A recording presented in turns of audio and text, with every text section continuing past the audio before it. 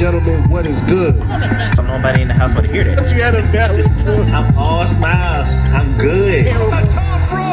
18-game season. I think it's stupid that they complain about the longevity of their careers. Either you in or you out. Last 8 seconds. It's weird because I never really changed my opinion like that. This university is built on hate. This is what greatness looks like. Welcome to the Hate Watch You. Yo. What's going on, everybody? Welcome to the Hate Watch You. Woo, woo, woo, woo, woo. Where we love to hate, but don't hate to love. I got Dame. I got Devontae. What is good, gentlemen? You already know what's good. I don't even have the energy to say this, man. You can get it off because today it's your Okay. birthday, man. Get it off. No, that's It's birthday cool. week. That's cool. I don't even have the energy to do it. I'm cool. Everything's good. I was waiting. You know the vibes. I know you were. That's why you leaned forward. It's cool. Everything's Everything good, is though. cool. What's good, Mister, everybody? Everything is lit. What's going on, gentlemen? How was the weekends? Well, like you said. Hold on, Celebrated my birthday. hold on. We'll save you Oh, for okay. last because you did the most. Okay. You did the my most fault. over the weekend. Yeah, you did the most. You do the most every weekend, so we should actually let you go last because you could close out and then go straight to the game changer. What did you do this weekend, Devontae? I do not remember. I think I Saturday? Talked to you a little. Yeah. Fuck, man. Yeah. So Saturday, I was outside fixing my car. A job that should have took like 2 hours took me like 8. I got my wife over there talking about, oh, you putting in a full shift. Like, bro, I'm already hot. Yeah, I got sunburn on my head. I got like fucking sun blisters right now. So, I talk shit about the car industry, and God said, hold on, let me show you something. A little bit of payback. Yeah, and then Sunday, I went to Chuck E. Cheese. Yeah, bro, I want to scratch my forehead so I bad. don't know. Y'all might have been doing the Spider-Man for the weekend. For the weekend plans. This nigga was tripping. Go ahead. Yeah, Chuck E. Cheese is a wild place, bro. Like, yeah, I ain't gonna say too much because I ain't trying to incriminate anything. But yeah, Chuck E. Cheese is. I'm not going back to that Chuck E. Cheese again. All I gotta say is if your kid throwing balls at another kid, and you watching it, and then another parent of that child comes and corrects you, just shut the fuck up and take it. Damn. Cause You don't want to go into what happened briefly a little bit. Yeah, another kid was throwing balls at my daughter and son's face. My kids were not playing with that kid. I told my son to tell him to stop. My son did. He picked up the ball, threw it again. So I got up and I walked over there and said, those two right there, don't throw the ball at them. I was very nice about it. Then shortly after, I get called over by a mom and she's like going crazy. And I'm like, bro, like I never yelled at your kid. I just told her, don't throw the ball at my kids. And she starts going crazy. And from there, I protected my kids. I let them know that dad is not one to play with. I ain't gonna say too much. You seem to have a thing when it goes to public outings, sir. Nah, I'm chill. Listen, if it comes to me, then I'm all for it. I mean, if I'm minding my business, my kids was minding their business, man. Who want to get hit in the face with a ball a couple times at like point blank range? Nobody. Yeah, that's true. Damn, I miss that Chuck shit E. was Cheese, wild. man. The old Chuck E. Cheese. It used to be like a camaraderie. It used to be fun. The old Chuck E. Cheese, man. What happened now? The new Chuck E. Cheese, he looks like he's on crack. Yeah, he looks cracked out. He's not big. They don't even have the animatronics anymore. Like they used to have him dancing and shit, and the kids would sit in front of him. Chuck E. Cheese looked crazy. So I'm not surprised you kind of ran into that situation there. I mean, listen, at the end of the day, both parents trying to protect their kids. It is what it is. But, like, don't want your kid do something that he's not supposed to and they get mad when somebody else be like, yo, like, enough's enough. Yeah. That's the mature response for sure. But we all know. Listen, I don't play about my babies. I do not play about my babies. No, that's a fact. That's a fact. All right, so that sounds good. Chuck E. Cheese, you got burnt on the head. Yeah, man, and I'm bald. I know better than this. I always have a hat on. Yeah. The He one told me day I went outside decide not without a to hat. do it. Crazy, and it was hot as hell. Man. Too. Nah, it was a nice breeze, man. It was a nice breeze on that Saturday. sun was hot. That sun was hot, bro. Nah, the breeze might have been good, but the sun itself, well, that's why your ass got burnt, because you thought it was chilling, and that shit burnt you up because it was hot. I came back inside at 8, and my mother-in-law was like, Devontae, you look darker. I went and looked in the mirror when I went to go take a shower. I said, oh, I look like Mr. Krabs out here, yo. My whole head was red, just straight red. That's crazy. Yeah, I look like a wild boy. Well, other than that, sounds like it was a good weekend. I'll keep mine short and simple so Dame can have the alley-oop. All I did this weekend was I fixed my headlights. I walked around the park next to my house. And that was pretty much it. Watched the NBA Finals and watched the Stanley Cup Finals. That was it. I didn't really have much plans this weekend. I kind of kept it chill, and somehow I ended up getting fucking sick. So I don't understand it. Dave, what did you do for your weekend, sir? Not crazy. I just went to Charleston for a little bit for Devontae's face. Sorry, that shit threw me off. For my birthday, I went to Charleston with my girl, my dad, and my brother, and we got to hit up a few museums. The International African American Museum was heavy. It's always heavy trying to learn about the history that they don't teach you, and as James Baldwin says, to be Negro and to be conscious is to be at a rage at all times. And that's why I be trying to have as much fun as I can, because the more I read and I know stuff, I'd be mad all over again. And they thought I was wilding when I said, hey, we should go right when it opens, at 10 a.m. And they didn't see the vision because, everybody was traveling. We got in on Friday night. But when we got there, they understood why. I was like, let's get there when it opens. It's not even that it was packed. It was packed. It was getting packed when we left, but it was just understanding, like, you about to read all of this heavy material and stuff like that. And then you just going to see some bald black nigga with a white girl. And now you just resentful and mad. And it's like I legit wanted to be, I was looking at him like Dr. Umar. Like, after reading all that history, right? Yeah, bro. I'm over here at the HBCU section, and I'm over here like, noticing. Like, dead ass. I wanted to go up and ask the white women, like, you feel guilty yet? Y'all walking a little too fast, my whatever. Like, I was heated. But then, not even that. It was us sometimes that didn't know how to act neither. Because we over here, like, me and my girl, we trying to actually read what's on the wall. And then you got these old black people. They just like, just coming up behind her. Now I got to act the ass because I'm like, yo, y'all all let her way, bro. Like, we trying to read this shit, But the serious part of it is seeing, well, one, it is heavy reading about history, right? Because it's close to home, because it is home, right? Right. But also, like, seeing the older black people there, to them, like, to us, we probably take it for granted, but for them, this is their childhood probably. Right. Which lets you know we're not that far removed from, Jim Crow and all that other stuff. And one of my favorite pastimes is making white people feel uncomfortable. Oh yeah, I feel like Huey Freeman all the time, dead ass.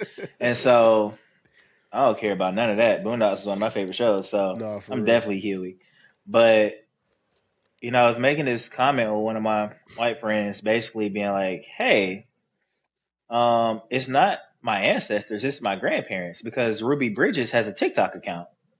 Do with that information what y'all will." So, but yeah, that was fun. The Naval Museum was fun. The USS Yorktown, and then the Submarine Museum, USS Hunley. It was hot. Y'all talking about hot. Whew. 103, 102 heat index, 90 humidity. Yeah, nigga. Yeah. That's what I'm like, you talking about it's hot? That's why I was making my face. But the most exciting part of that whole ordeal Yes, my birthday was fun. Had some little drinky drinks, and I was on my Michael Bridges, drinking at 9 a.m. And Trey was like, "Oh, damn, nigga, you drinking a beer at 9?" I was like, "I actually meant to drink it at 8. I just hit the snooze button, to be honest with you." So, so I was only judging you because normally, well, not normally. I guess this is something that I would do, which is not normal. But if I'm drinking in the morning, I'm drinking tequila. I mean, that's cool. I get it. You know what I'm but saying? the reason, right. But the reason I was drinking a Stella is because I had got it from the gas station, and me and my dad was supposed to drink something, and I had got a 6-pack of Corona anyway. But we were supposed to drink something on the way, waiting on my dad to get there, and so. But by the time he finally got there, we was watching the World Cup and all this other stuff, and we just forgot. So I was like, well, I'm not gonna let this Stella go to waste. I'm gonna drink it now. I'm drinking now. I meant to drink it at 8. Yeah, but the most exciting part of that whole weekend was the game show experience. It was an impromptu thing that we was trying to do. We was waiting on the market to open up at night, and we had some time to kill. So it was hot as hell. Where was this at? Where, for the people that are listening out there, where was this at? Like this? It was in Charleston. Okay. It was Charleston, right by the city market. So yeah, and it was like right on the city market strip. And so it's me, my girl, my dad, my brother, and then it was like this random couple that came in. So they hopped on our team. So it was 6 of us versus a group of 7. And so it was like an hour-long thing. And so and they made me team captain because it was my birthday. So I saw that shit coming. But, competitive Dame. Yep. Oh, yeah. I was like, y'all don't know what y'all have done to these poor white people. Y'all don't know what y'all have done. So it was Family Feud. It was a minute to win it game.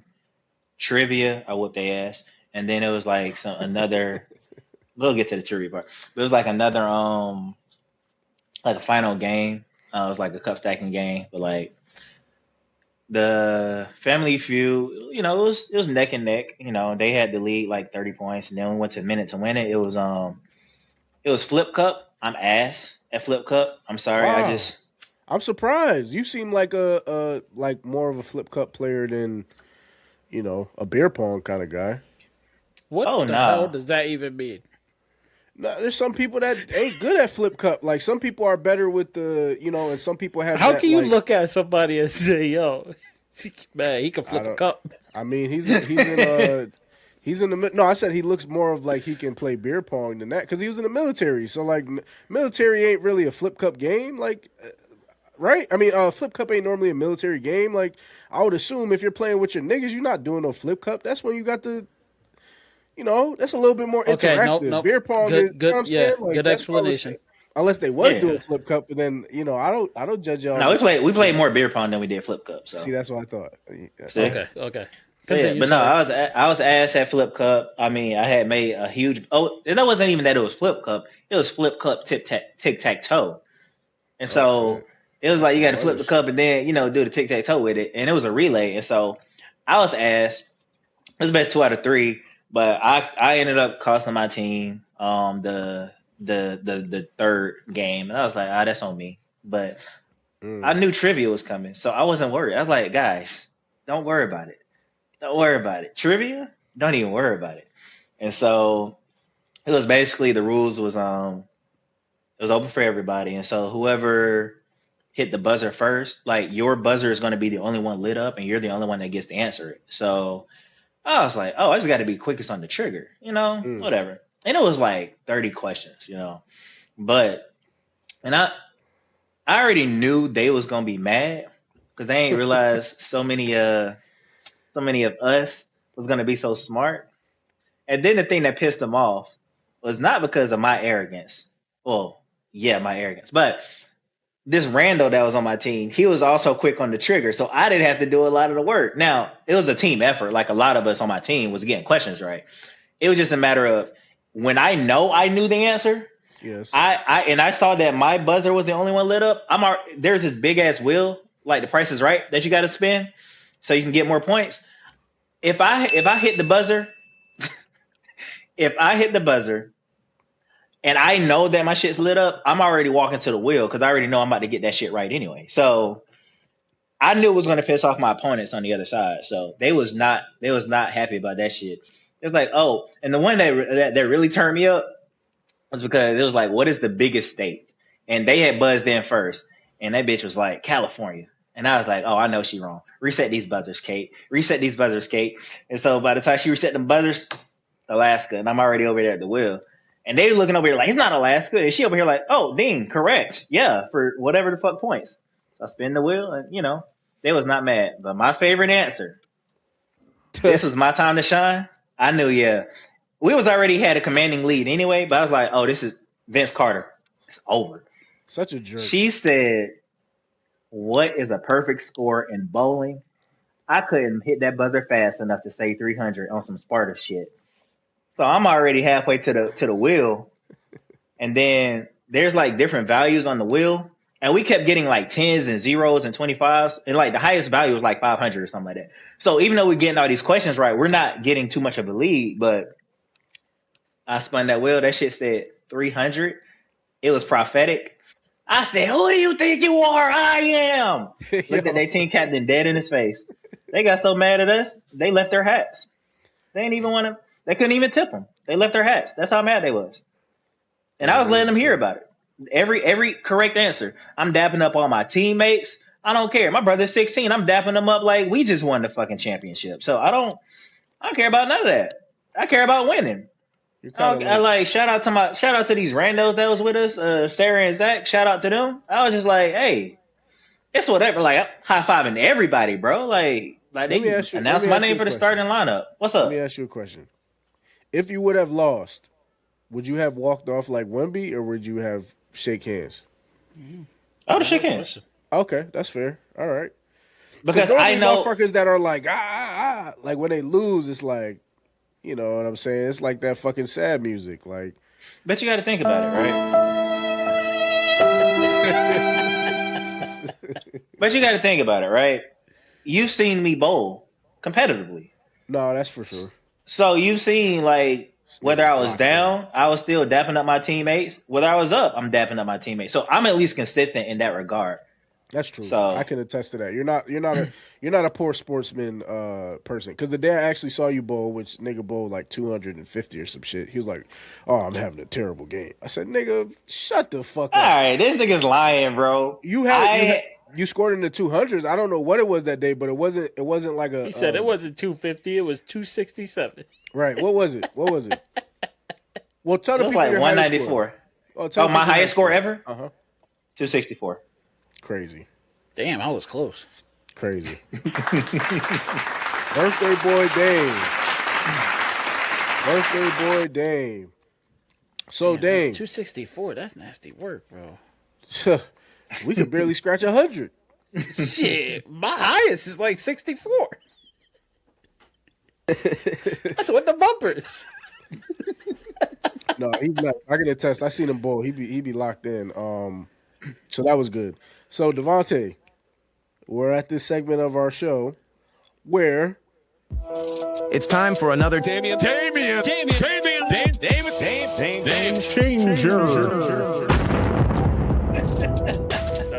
fucking fire. All right, ladies and gentlemen, it's time for a motherfucking Dame Changer. Damien. So, Father's Day is this weekend, and we don't always, give present fathers the credit that they deserve, right? Especially in the Black community. So, my Dame Changer is this. What has your father taught you that has resonated with you to carry on? Whether it's good, bad, or indifferent, because, parents can give us bad habits that we don't want to also emulate. So, and I know it hits different for you, Devontae, because you are currently a father, so you can answer that however you want. What has your father taught you that you want to keep, or what do you want to instill into your children? So, that's a good question, man. What my dad's taught me is Williams are soldiers, and they ain't no crying. You got to be tough no matter what. Damn, nigga, you moved your eye around like that? What? It just went like that. I see that whole. Hey, listen. I got sunburn, bro. Like my face is fucking itchy. That shit look. I said, yeah, this nigga's about to take his eye out. Anyways, go ahead. My fault. Nah, I mean, my dad just gave us the willpower to work. Like, don't be lazy. Get shit done. You're the man of the house. You got to take care of your family. I try to give that same energy to my kids. But I also am a little more lax than what my dad was. Not saying my dad was like bad at all. You know, I had a great dad. Well, I have a great dad. But I also think it's okay to show your emotions sometimes. Like I'm not gonna be hard on my kids and be like, you know, you got to be tough 24/7 because when you crash, you crash. You know, like when you those emotions finally come to head, it's gonna be one of two ways. You either gonna be like emotionally unstable and just sad and depressed, or you gonna be angry at the world, and ain't none of those good for anybody. So, right. I mean, that's the one thing that I try to kind of shift. And the older my dad's gotten, and the way he sees me parent, he kind of coaches me on like, oh, I wish I would have did this differently. So, I mean, I would say that's probably the most important. Nice. My father. One of the biggest things I learned from my father was never say you can't do something. And it's as simple as that sounds, right? My dad was kind of tough. He was very tough on me, but he only did it in a way that he knew he could. So for that, I don't really blame him, right? But I have a specific memory when I think I was training for basketball when I was a kid, and I forgot what I was doing, but I was at the park. It was me, him, and probably my brother or my sister or something. And I was running around shooting, and I was like, man, I can't. I was like, he kept saying, you gotta get this done. I was like, I can't do it. I just can't. I ran around the court. I'm like, man, I just can't do it. So in that moment, obviously, as you're a kid, like you don't really understand. Like it's tough parenting, right? The older I got, I understood it. It wasn't necessarily punishment for saying that I can't do something. It was to remind me that when you're ever in a position where you feel like things are unfavorable, the last thing you should say is that you can't do something. Because there's always a way to work through it, right? So like, and when I say that, I say like finding alternative solutions, right? Like there's not one way. There's not one way to cut whatever they say, one way to cut an apple, or I don't know what the fuck the expression is, but you get what I'm saying. Like there's not one way to peel an onion. There's not one way to get something done. So when you're stuck in your own head and you're like, I can't do this, I can't do that, I'm not able to do that, and you have negative self-talk, because now I'm teaching it to people, right? Like you have negative self-talk. The first thing you have to do is tell that person in your head, you could do it, but it's just not going to happen the way you thought it was. So think of something different. So, my father really taught me like problem solving at a high level, to the point where now I'm an adult and I fully understand some of the lessons that I was getting. As a kid, I was emotional, right? But the older I got, it's like, okay, I'm working with kids. I'm seeing it now. And I'm starting to see the perspective he came from. So, my father, great man, that's kind of what I take from him, and I instill that into people. You know what I'm saying? Don't tell me that you can't do something. Let's talk about what you can do and how you can do it better than you did it before, right? Like talking about progressive talk versus wallowing in negative and stuff like that. So that's kind of one of the lessons that I carry through this lifetime. I think for me, and well, first I want to commend you both for sharing that, because I know y'all weren't expecting that, but Yeah. I appreciate y'all for opening up in that regard. For me, we're at this point now where every year we try to do something for my birthday. Go somewhere for my birthday, because my pops, he was in the service for 23 years, and I didn't really get to, see him like that until I was like 12, 13 or whatever. And this is not oh, I think he was an absent father. It's just understanding he was in the service. And so Right. I want people to, I always try to articulate that properly, that and I've told him to his face, like, there is no resentment there. I understand, Right. so we try to cherish the moments that we do have. And so that's why we try to do something every year for my birthday, no matter where it is. We've been to Orlando, DC, Seattle, New Orleans, Toronto, Charleston, and, Tampa, Jacksonville, whatever. It just to have those moments, right? And so 2020 hits, COVID, all that other stuff. I'm coming back from deployment, and well, I wrote a poem for my mom for Mother's Day the month before. I also wrote a poem for my dad, and I think it was harder to write the poem for my dad because I think it's easier to be vulnerable with the women in my life. That's just me, but so the I think a lot of guys, they look at their dad as their first superhero, if you will. And so when they get older, they start looking human, supernatural, or just regular natural and all this other stuff because it's like, oh man, you start to understand you don't have as much time left. So you try to cherish all these moments you can. But I wrote it, and when I sent it to him, it was funny because when I sent it to him, he didn't know it was coming, but I sent it to him, and I was like, "Hey, um, after all these years, I finally listened to something that you said." That's how I phrased it. I didn't say nothing. I just sent him a SoundCloud link. I was like, "Hey, because when he found out that I write poetry, and he found out that I made music, he had been saying since I was like 14, oh, you need to." Play your sax or something over these beats and blah blah blah. And I was like, okay, cool. Like it's just going in one ear out the other. But like because I don't know how to execute that. But for him, it's just an idea that he knows that I can do it. But I'm like, you're just telling me stuff, Right. and you're not giving me ideas on how to execute it. Though. So I'm like, but from the very beginning, I've always felt that I can do whatever I put my mind to. No one's gonna be able to tell me otherwise. It could be the most like what is it? Having this delusion about yourself to your dreams make you delusional or something like that, right? Yeah. I worked at ESPN for most of my 20s. Most people can't say that. I don't. But that was the one thing that I had wanted to do. So okay, everything seems easy to me, right? Until I had went to boot camp, and I told Trey the story before, but I had failed my swim qual like 81 times, right? And so before I finally passed, and it was like the 11th hour, and some chief was like, Reynolds, you have X amount of time before you get admin separated and blah blah blah. Like, what is the problem? Why are you not passing your float? And being the smart ass that I am, I was like, well, buoyancy seems to be the problem, Chief. Chief did not find that shit funny, but whatever. But that's why I'm not floating because I'm not buoyant. So I don't know what to tell you. She was like, well, you have like 7 days to pass. And I was like, I only need 5 minutes. So, because it was a 5 minute survival float. So I was like, I only need 5 minutes.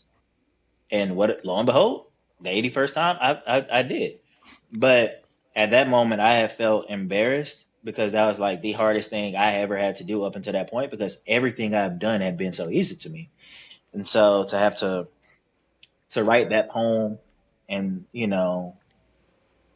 admitting like, hey, you served in Iraq and, I can't even pass my swim. Like you did 3 combat tours. I can't even do this and that. And it just felt like an embarrassment to the one person you try to make your most proud. So the biggest things that I've learned from him was, channel my emotions properly. I think because of it, I've been a great artist, lyrically, poet wise, whatever. And it shows in my competitive spirit. Because most black men, they don't understand how to be vulnerable. They don't understand how to express that emotion in a positive manner. And my father definitely taught me that a lot. And so one of the things I always take from him, there's plenty of lessons, but think with your head, feel with your heart, but follow your gut. That's really just the basis of all my emotional regulation. So, yeah, Shout out to y'all pops, man. Shout out to your pops. Shout out to your pops, Devontae. Haven't had a chance to meet your pops, Dame, but I know if he's like you, he's a super duper solid individual. Thank you for your service too. Thank you for your service. Thank you for your service, even though you don't really. Here you go. There you go. And dads are superheroes. Let me get us back on track. Dads are superheroes because I look at my dad. And I still see that, but you're right. As you get older, you kind of understand how short time is. And then now you're kind of looked at as the superhero, like in your kid's eyes or whoever it may be. You know, your wife, your fiance, your girlfriend. Yeah, life is crazy, man. I think it's all full circle too. Like it comes down to the point in. You know, this is what I went to school for, like these type of conversations and this type of stuff. But the important part for what you said, Dame, is like men, but black men also, or Spanish men, whatever, men of color, don't really have the space to be vulnerable, right? Like if you wake up every day and feel like you're in survival mode, then you don't really have time to kind of let your guard down, right? And I run into a lot of people that are like that, and rightfully so.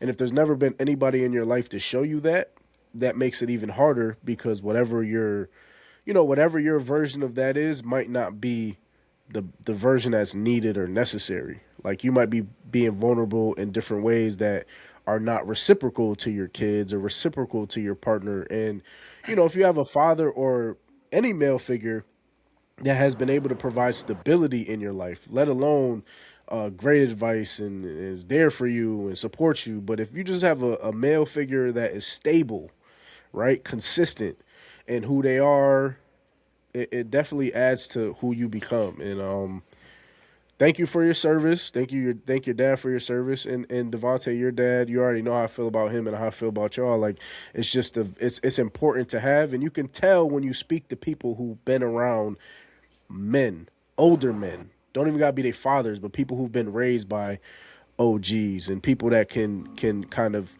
give them game and information that maybe they don't get. Because when you got to grow up fast on your own by yourself, you're always going to be in survival, fight or flight. That's not a good way to live. So shout out to the men. That's why that whole Chuck E. Cheese thing was important. To be honest. Here we go. That's no, seriously though. That's how I viewed that. That was important, and I don't hold no ill will towards those people either, because at the end of the day, they got to do what's right and show like that they're gonna stand up for their kid too.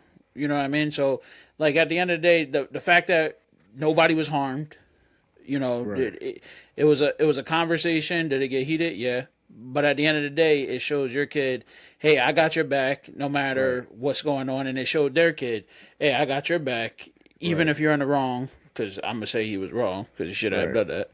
But I'll still hold you down. And kids need that, because who are you to run to when you're a kid? You look to your parents.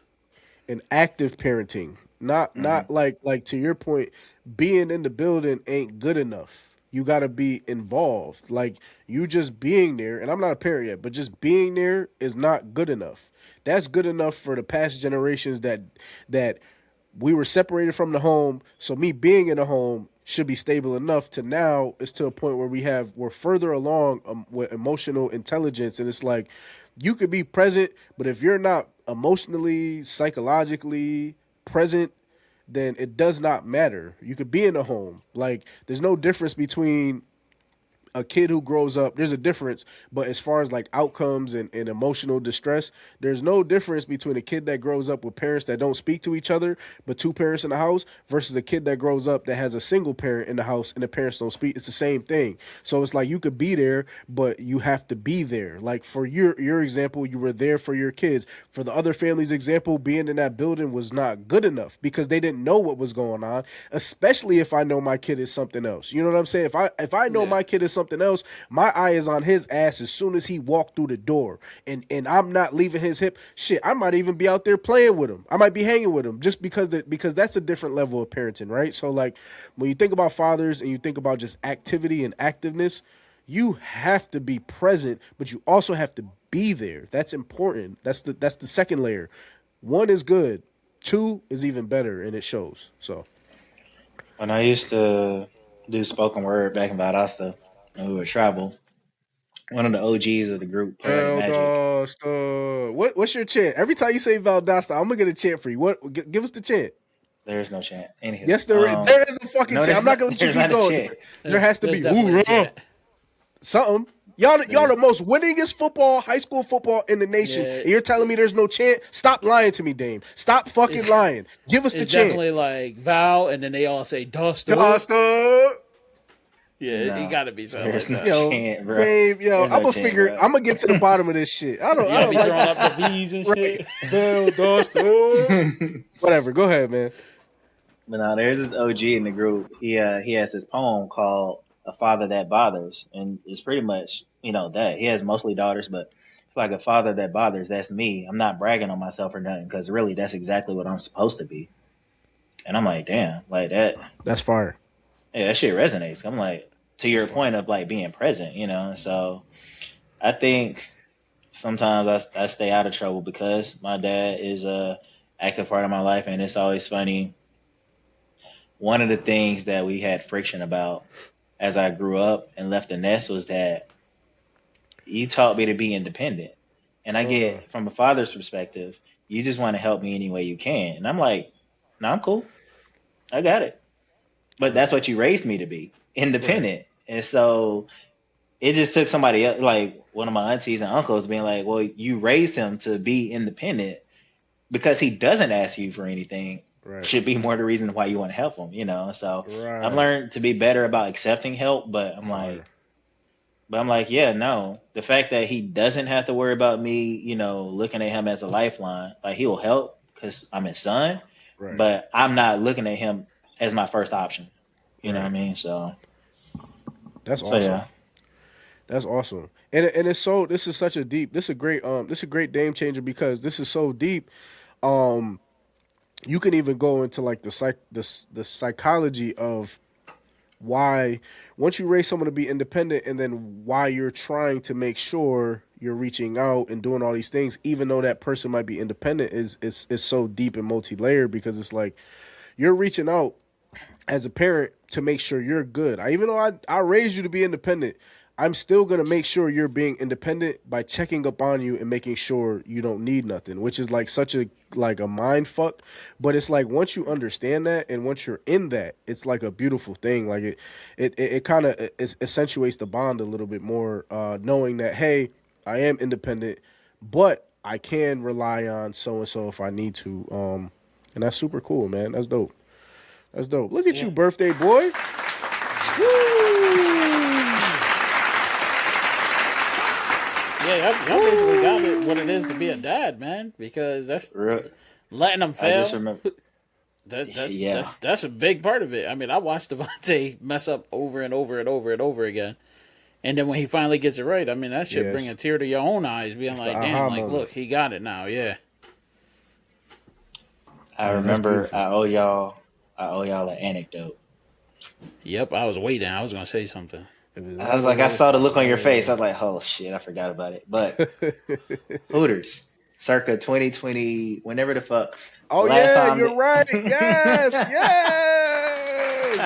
Yeah, I wasn't letting that one slide today. I know you was. I saw the look at Devontae's face. I was like, I feel like I'm forgetting something. Ladies and gentlemen, he's gonna tell us about how he was with his dad and he almost fought somebody at Hooters. Go. Because remember, he ain't no bitch. I ain't no punk bitch.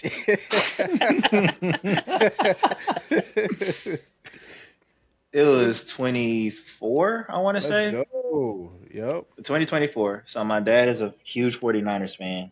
And he had mentioned that he had never seen the 49ers play in person. I was like, can you say that again, Dame? He's a what? I didn't hear you.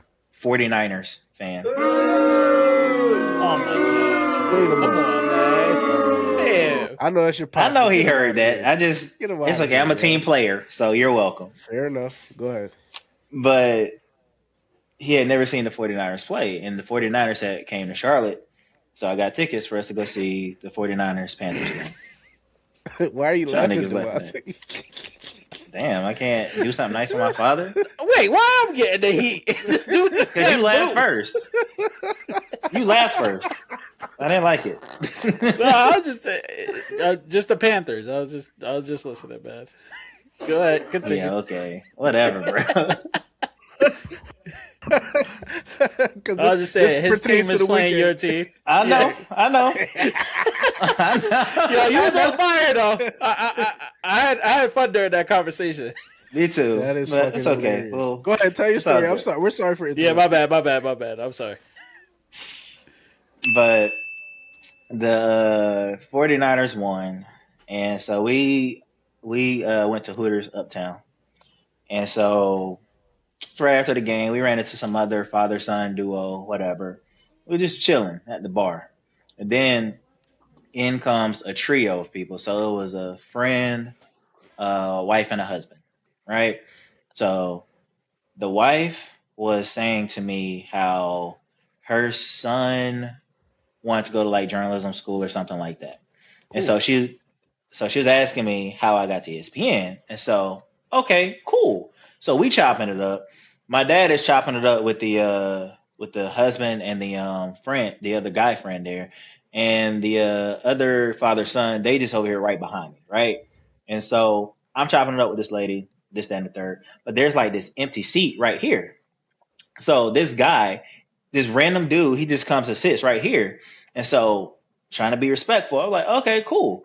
Like I'm not trying to talk over buddy. So I scoot back, I'm like, hey, so we're still continuing our conversation, not in the mood. And so he looks and he was like, hey, don't be talking over my food or nothing. Ooh. Bro ain't got no food. So I'm like, what are you talking about?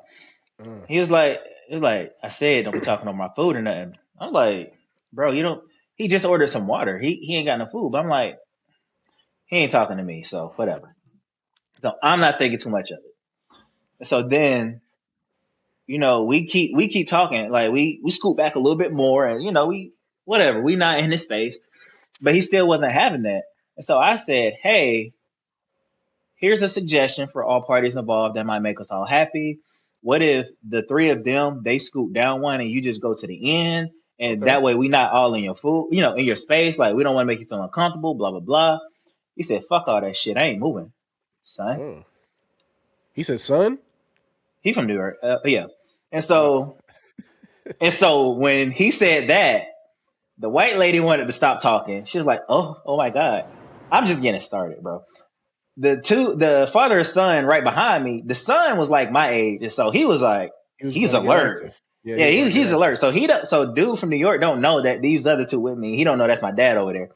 And so my dad just over there having a great time, just talking to the people, blah, blah, blah. Yeah, I don't know what they talking about. I just know it's about to go down. So yeah, like what? And we already been drinking at that point anyway. So we at least 3 tequila shots in. Yeah. Plus the drinks we had at the game. So I don't know who he talking to because it ain't me. That's exactly what I told him. And I was like, all right, bro. Let's not do that. Let's not do that. And so he was like, nah, son, fuck all that. Like, I was like, okay, you got one more time to talk to me like you lost your fucking mind.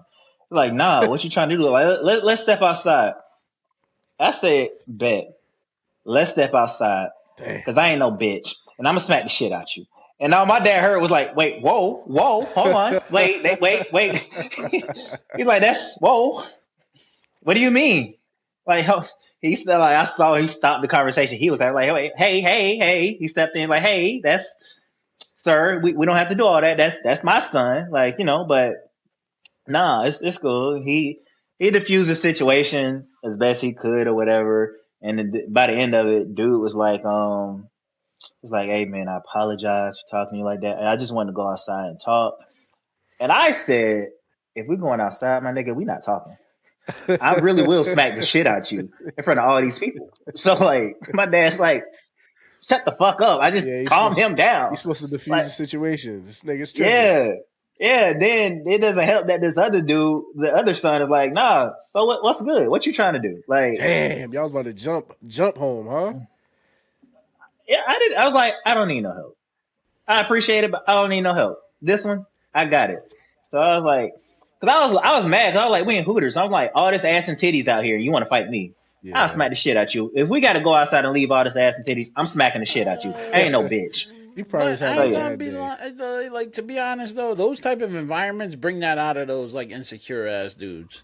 Yeah, they do because they're not used to seeing shit like that, so they trying to have that little bravado about them that they don't normally have just because they're trying to show off. But also, this is why the human mind is so complex, because he could have just been having a bad day, right? And as crazy as it sounds, and Dame shaking his head, he don't give a damn, right? He don't give a fuck. But see, that's my guy right there. That's me. The human mind is so crazy because that one slip up in being overly emotional can end your life. One or two, it could put your life in jeopardy. And you know, I think when you have the guidance like your fathers and things of that nature, it's a small step that you know not to take, because somewhere in your brain you've been wired a little different. Like, at least for me, like I've been wired like fight or flight. It depends on what the situation is. If I ain't fighting for my life, then the fighting part is not important, because I done seen people get stabbed. I done seen people stab. I done see people get shot. I don't like doing or being a part of none of that. And you never know. That's why I don't beef with people, right? Like, because you never know. Like, niggas nowadays, like, if you met him today, it could be up for the rest of your life every time you see him. Like, you don't know. Like, so it's like when you have that father figure, that little bit of, okay, you got some fuck you in you, but, like, is it worth losing it all? And it's unfortunate because some people don't wave for some people, bro. They just be like, man, fuck it, I'm gonna crash out. Fight right into Hooters restaurant. Bop, bop, bop. Don't even take it outside. You know what I'm saying? Like, that shit is crazy. And that's the thing, because he didn't know that I knew Buddy behind me was ready to get active more than I was. Because he's like, you sure you don't want me to do nothing? I'm like, I'm cool. I just know and it's one of those things like, I know me. Black dude. Basically. But I was like, I knew me. I was like, and I told him straight up, I'm like, I know if we take this conversation outside, I'm smacking the shit out you. That's not something you say to another man if you're not willing to follow through with it. Yeah, you gotta die on that hill. That's why I don't. Basically, that's why, like, if I get to that point, I'm really telling somebody, yo, I'll smack the shit out of you, and it is what it is at that point. Because once you say that, that's like similar to telling somebody to SMD. Same shit. That shit. Or calling another man a bitch. So I don't really care about that. Okay, real quick before we move on, would you rather be called a fuck nigga or a punk bitch? I'd rather be called a punk bitch. Why? Because fuck it. Well, hold on. It depends, because if like Southern people use fuck nigga a lot. Look at this fuck ass nigga.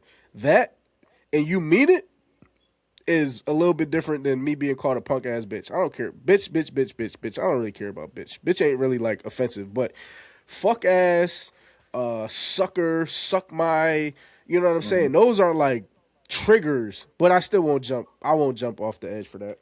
I guess you're right that it is a cultural thing, because when J. Cole had called that nigga punk bitch like 18 times on that one song on the Fall Off, everybody was like, damn, who was J. Cole beefing with to call him a punk bitch? Right. But I guess you're right.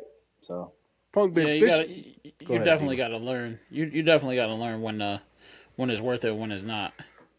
I'm learning people right now. I mean, I got yelled at just now about this whole fucking Chuck E. Cheese shit. I was just with my damn. You just got screamed at. Damn, just now. Damn. A drive-by yelling is crazy. Right. Well, yeah, my mom had said something to my dad, and my dad like kind of talked to me and was like, "Yo, you gotta chill, bro. Like, when you're in the heat of the moment, though, and it's your family on the line, and you feel like y'all was disrespected. Sometimes you just have those moments." Yeah, you black out. I wouldn't let it get violent though, because to be honest, it's not worth it. I got too much to lose, and that's what that's the thing, and that's why the human mind is so crazy, because sometimes it ain't your choice. Like for example, in your situation, you could have been trying to defuse it, and a nigga could have just backed out on you, or a nigga could have just punched you, and then now you're engaged in the heat of the battle. So like for me, I'm always like, yo, is engaging even worth what could potentially happen. Like I'm thinking about, because like you doing that not knowing, which is fine. Like you're defending your family. I'm not saying that, but like as soon as you told me there was other men there, I'm like, damn, nigga, I wish you called me, because normally what happens is when other men show up, it becomes heightened because men don't know how to. Certain men know how to diffuse situations, but certain niggas get riled up with ego, and now we're at a point where we're screaming at each other. I don't even know you. I could agree with what you're saying. I don't even know you, but now I gotta kill you. Like, you know what I'm saying? Yeah. That's how quick. That's how quick. It's quick, bro. It's quick. So quick. I tell people all the time, and especially tell my girl. But I'm like, because I told you I have my mini crash outs like every day because it keeps me from being one big volcano. But I tell people all the time, they are lucky that I have shit to do today. Because if I ever get into a point where, like you said, I could have been having a bad day and I got the time to capitalize on it, I'm probably not going to be thinking straight. So No. I'm always like, I stay busy to stay out of trouble. Not because it's just a cool thing to say. It's because, nah, I'm dead ass. Like, I'll smack the shit out of Buddy. But y'all are lucky. Like you said, I have things to lose. So Right. niggas are lucky that I be having shit to do today. So. And you got some of that Manchurian Candidate in you. You know what that movie is? You ever see that movie with Denzel? Well, it's basically a movie about Denzel, who was an old he was like an old military veteran, and they had put him in like they put some like MK Ultra shit on him. So like they said a couple words, and he just turned into this killer, and he didn't know it. So that's probably what you got in you. Some of that Manchurian Candidate. He was looking for. It's a good ass movie. He was looking for the killer who was trying to kill the president, and it was him the whole fucking time. I said, "Oh my god, this nigga is crazy." So you might have some of that in you. I wouldn't fuck with you. Yeah, remember that one day we were watching that UFC fight, and I was like, "Oh, I just learned all these wrist locks." Yeah. On deployment. Yeah. And Josh was like, "Hey Trey, I wouldn't fuck with Dave. Leave Dave alone." Yeah. I did want to see, but I wasn't about to figure it out. This nigga was ready to try to put somebody in a fucking hold. I'm like, yo, bro, like dead ass too. Like, I said, let's go 50%, bro. And you was like, all right. So when I said let's go 70, 80%, you're like, all right, bet I'm ready. That wasn't, but to my point, I could have been in the military, yo. But nigga, I know you wasn't. So there's that. Huh? But I know you wasn't. So there's that. I know, but I could have, cause we was fair even, I think, and I was a little bit bigger than you, I believe at that time. You're bigger than me. That's fine, but not you were during still that time, I think, right? No, you're still bigger than me. Yeah, at that time, we were strong. That shit was a nice little lockup. That was a nice little. Yeah, lockup. you were surprised. Like, hold on, I ain't know Dave was lifting weights like that. No, that's how you Southern niggas got different type of strength. that radio type of strength Southern niggas got. That shit come out. That shit come out of nowhere. But Dame, thank you for that, bro. That was a very nice Dame changer. A nice change of pace. We seem like we don't really got a lot of hate today, but I got some hate. So if y'all niggas gonna act like y'all don't got no hate on your jacket, I definitely got three 30-second clips worth of hate. But let's see. All right, 30 seconds of hate, which reminds me, I'm getting better at this stuff. Oh man, hate.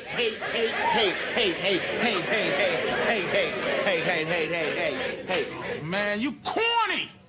All right. The Dame Changer was so good. We're getting to the hate 30 seconds in, which means we already spread enough love. We might even have to do the 30 seconds of love at the end of the joint. Who wants to go first with the 30 seconds of hate? If y'all need to some time, I will go first. I don't mind. You can go first. All right, let me go first. All right. My 30 seconds of hate goes to two things, right? This one's less mild, less intense, but I know the World Cup's happening. I'm getting tired of seeing all these niggas flopping already. I'm sorry.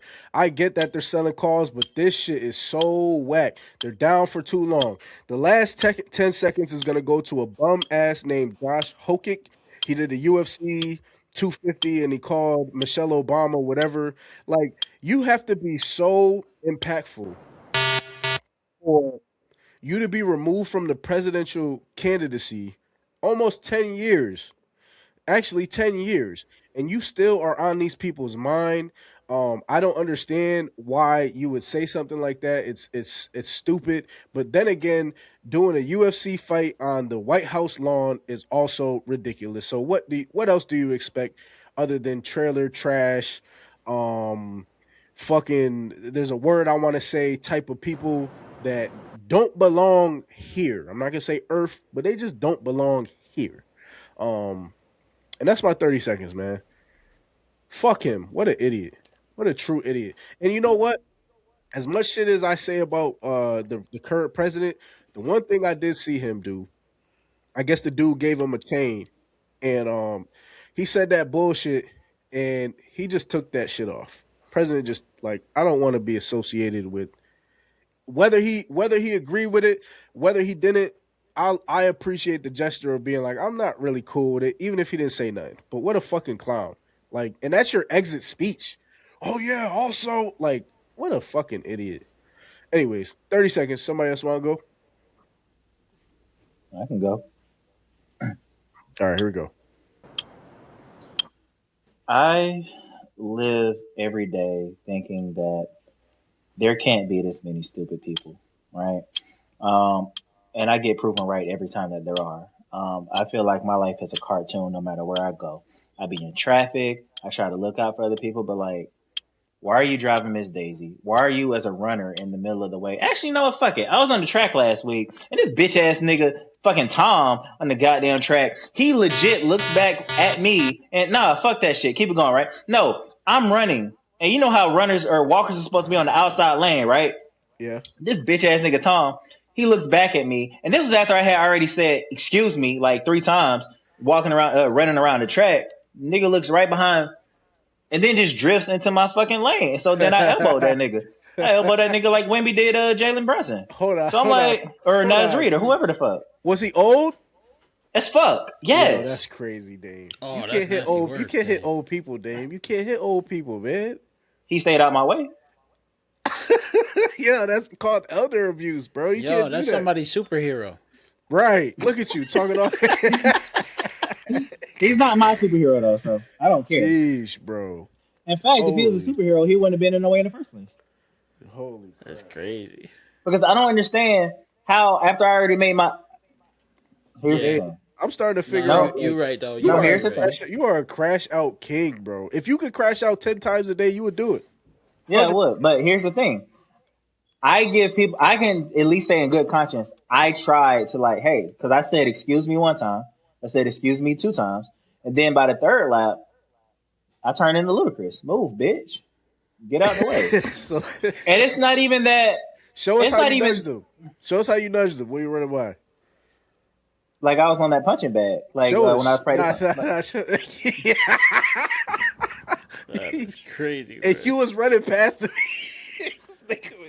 But here's the thing, though. I shit you not. I said, yo, the 3rd time. He legit looks back at me. And he just went right into my lane. Like, you're fucking with me. Give him a nice little love tap on some Wembanyama shit. And I kept moving. By the time I came back around it. Huh? Did he stumble forward? Like when you hit him, he was like, ugh. I don't care. I am not. I'm like Toyota. I'm moving forward. So I'm not looking back. I just know that by the time I made that next lap, he was out the way. He was in the walking lane. Jesus, damn.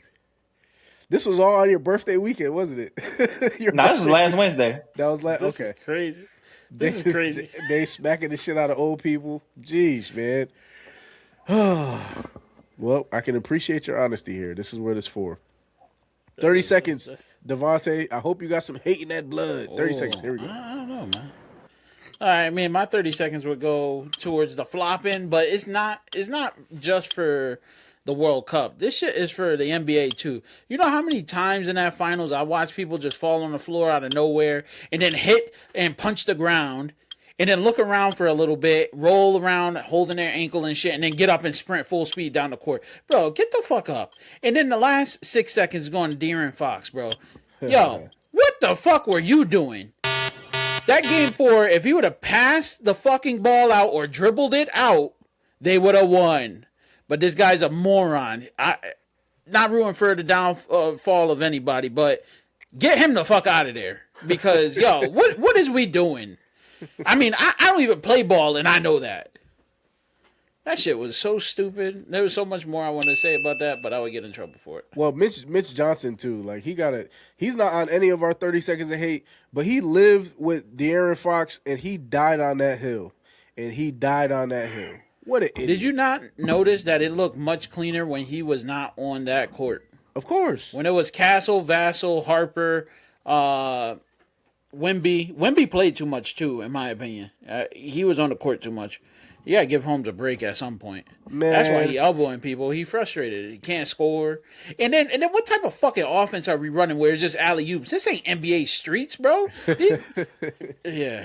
Bro, all I watched them do was go down half court, and then once they hit the 3-point line, Wemby running full speed at the hoop, and they just launching it up. Yeah. That was the offense. You know what's crazy is that type of offense worked for them so much that when they had to actually play, so the playoffs, NBA playoffs, they say it slows down, right? But you really have to have a half-court offense. Wemby, somebody had pointed out on Twitter, Wemby don't have like a bag on offense. He's just tall. That's his bag. He shoots well, but he's not a Kevin Durant, right? He can back down, but he's just tall, so he doesn't really know his size. He's still kind of Bambi on the court. So I don't know, man. But speaking of De'Aaron Fox, you know, I got hate for him. excuse me too. But in this instance, because we don't got too many what the tucks, and I didn't get to do an illustrious drop for what the tuck, so we'll figure it out at some point as we continue to build the show. But Dame put something in the chat, ladies and gentlemen, a while ago of this gentleman here. And I'm here to say I understand De'Aaron Fox. Like, I get people killing him. I get the slander. I truthfully, like, I understand it, right? But if you've never played sports, right, we could tell. That's one. If you are non-athletic, I knew it. we could tell. We know.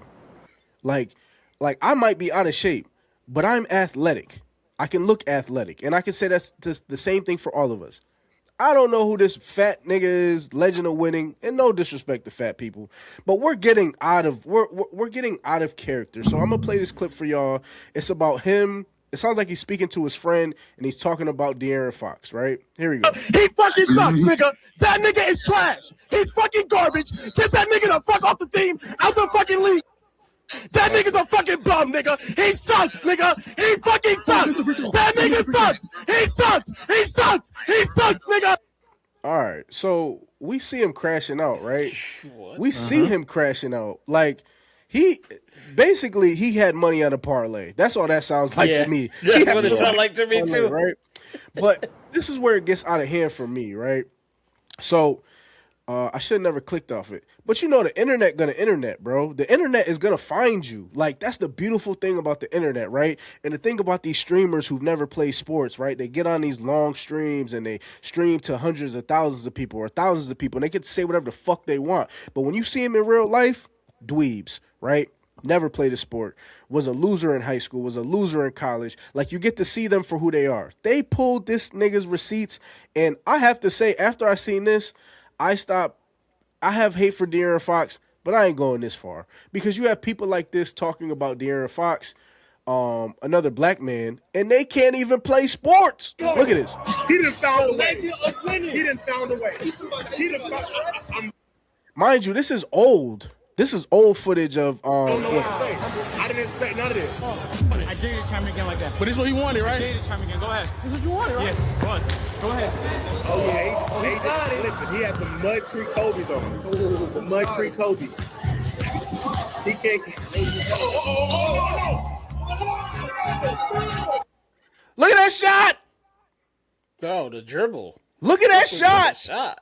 Listen, he could have got away with the dribble, but look at the shot. This is why I knew this nigga never played a game of basketball in his fucking life. Look at this shit. He can't. You already had him beat. All right, bro. My whole point of this is, We have to stop. We just have to stop, gentlemen. What do you feel about this kind of this movement of people who are talking shit, have never played, never done? What the tuck is that about? So there's this brief period in my life, like within the past 2 years. I'll be doing side quests, right? But I was a referee. I was a basketball referee, right? And so the AAU parents, yeah, they be right here, bro. Like, and I gotta act like I don't hear none of that shit, bro. You missed the call, ref. You right, I ain't see that shit. But I'm also you right, I ain't see that shit. But I'm also like understanding how refs are supposed to be. Like I'm supposed to be looking up, and the other ref is supposed to be looking down. So if the call happened down in my blind spot, I literally did not see it. Right. And so I pointed this out to my girl. I was like, when have you ever heard me complain about a ref? I keep my mouth shut. Wow. Because I know what it's like. I'm not saying that refs don't make bad calls. I just don't be as quick to jump on the referees for what they may or may not have seen. That is true. So I'm like, to the point of like, oh, I haven't been there. Like, I shut the fuck up real quick. Because as soon as they show that replay, I'm like, damn. Oh, I know we root for Georgia, babe, but that was kind of a foul on Georgia. I ain't gonna hold you. That was a pass interference. That was a hold. He did. But they're called. I know. They ain't calling it both. I get it. I'm with you, but I'm looking at this shit clear as day. Specifically was a foul, right? Yeah, that one. Yeah. There are no makeup calls. You got to have a quick memory. Like I said, the AAU parents, they be all up in your ear, bro. Like, you don't see that, ref? I didn't see that shit at Ball all. Here. And I'm counting my fives. Fuck y'all. All right, one shot, like all that shit. Same with flag football. Flag football, they were worse. Because you got a lot more to miss, and I'm just whatever. But to the point of this, I understand the frustration of De'Aaron Fox. Like I said, that nigga definitely had a parlay for sure. For sure. But he was talking too greasy. But the only thing I'm gonna say about De'Aaron Fox is, and say it with me, class, ship his ass to China. That's it. I'm not saying he needs death threats. I'm not saying I'm not yelling to the extent that he is. But I do know that he was so ass that by game 5, my brother is 16. This is the first quarter. As soon as De'Aaron Fox touches the ball, my brother's like, here he go. But do you quarter? Do you think that could be attributed to just the emphasis on De'Aaron Fox's mistake, and then because I'm not gonna hold you, he played valuable minutes in Game 5. He wasn't terrible, but he made terrible mistakes when it mattered. He wasn't playing bad. It was just the fourth quarter. He was turning that shit over. He was making mistakes. So like, I feel like the uproar of people kind of talking about him in a negative manner is forcing everyone to feel that way without actually watching. What do you mean? Game 4, he made the mistake though. I know, but my point is this: if you erase the mistake, he played great the whole game. Like, you can't erase the mistake, but what I'm saying is to call somebody trash that was playing good and maybe he's not mentally strong to get through those situations, that don't make him terrible. That just means he made terrible mistakes. I don't think. Listen, I'm all on the train of, listen, man, kill a athlete when he's done something wrong. But to the extent of De'Aaron Fox, it's like, all right, you know what I'm saying? I feel bad. Well, there's a couple things that you actually helped about to make my point for me. You said something that's important to note. When it mattered. Right. And we pointed out Stephon Castle was playing so ass on Saturday or whenever the game was. Yep. He was 0 for 7 for a long time. Mm-hmm. But we're not talking about that because De'Aaron Fox was so ass. But that was because of his Game 4 mistake, right? Hold on. You're right. You're absolutely right. But as the archives kept going further, we bring up this play from 2 years ago when Mike Brown calls out De'Aaron Fox by name after this colossal mistake against the Pistons. Now, it wasn't that Mike Brown in the post-game presser was going off and saying, oh, Fox is trash. He was just saying, hey, I haven't seen the clip yet. I just know in the heat of the moment, when we had this conversation in the huddle, close out, don't foul. And what does De'Aaron Fox do? He didn't close out, and he fouled a 3-point shooter. They lose the game. Mike Brown is fired the very next day because you're calling out the Sacramento Kings franchise player. So now we get to this point, and you are absolutely right. De'Aaron Fox was playing valuable minutes, and Castle had a worse game than De'Aaron Fox. But on the other side, Jalen Brunson wasn't playing great the first 3 games. But when it mattered, Jalen Brunson is showing up. Game 5, Jalen Brunson showing up when no one else is. So to the whole point of when it matters, that's why it's highlighted, because Jalen Brunson won Finals MVP off of Game 5 because he dropped 45. But we're not looking at the whole body of work. He won it off the quarters. He won it off his fourth quarter performances. That's what he won it off of. Because the fourth quarter matters. Right. So, and we can slander the Frenchman as well, because when it mattered most, you weren't good. Which kind of ties into what I'm saying is, like, De'Aaron Fox played terrible when it mattered, right? And there was that's all we care about. He played bad. There was a game he had 7 points. So there was a couple games where he didn't play great. But do you think that he played worse than Steph Castle in the series? No. Do I think that he played worse than Wemby? Yes. But I think Wemby played bad when it mattered. Wemby missed 4 free throws when it counted. Yeah, I mean, they always missing free throws. But you can't compare Wemby to De'Aaron Fox. I mean, that's... Why not? Nah, that's different. I mean, that's a superstar compared to somebody that's not ever really going to be a superstar. But you're also supposed to be... Oh, my bad. Go ahead. No, go ahead. You know what I'm saying? Like, you were supposed to be the clutch player of the year a couple years ago. And you're supposed to be the veteran to lead this team. Who? De'Aaron Fox is by definition like a veteran. Keldon Johnson was the 6th man of the year. Give me a fucking break. By definition, De'Aaron Fox is a veteran. No, I'm talking about you saying him being the clutch player or whatever the fuck you said he was. What'd you say? He won it a couple years ago. Yeah, I'm not disputing like whether or not it's a fraudulent award. Right. Okay. But it's on your resume. So act like it. That's why we brought you to San Antonio.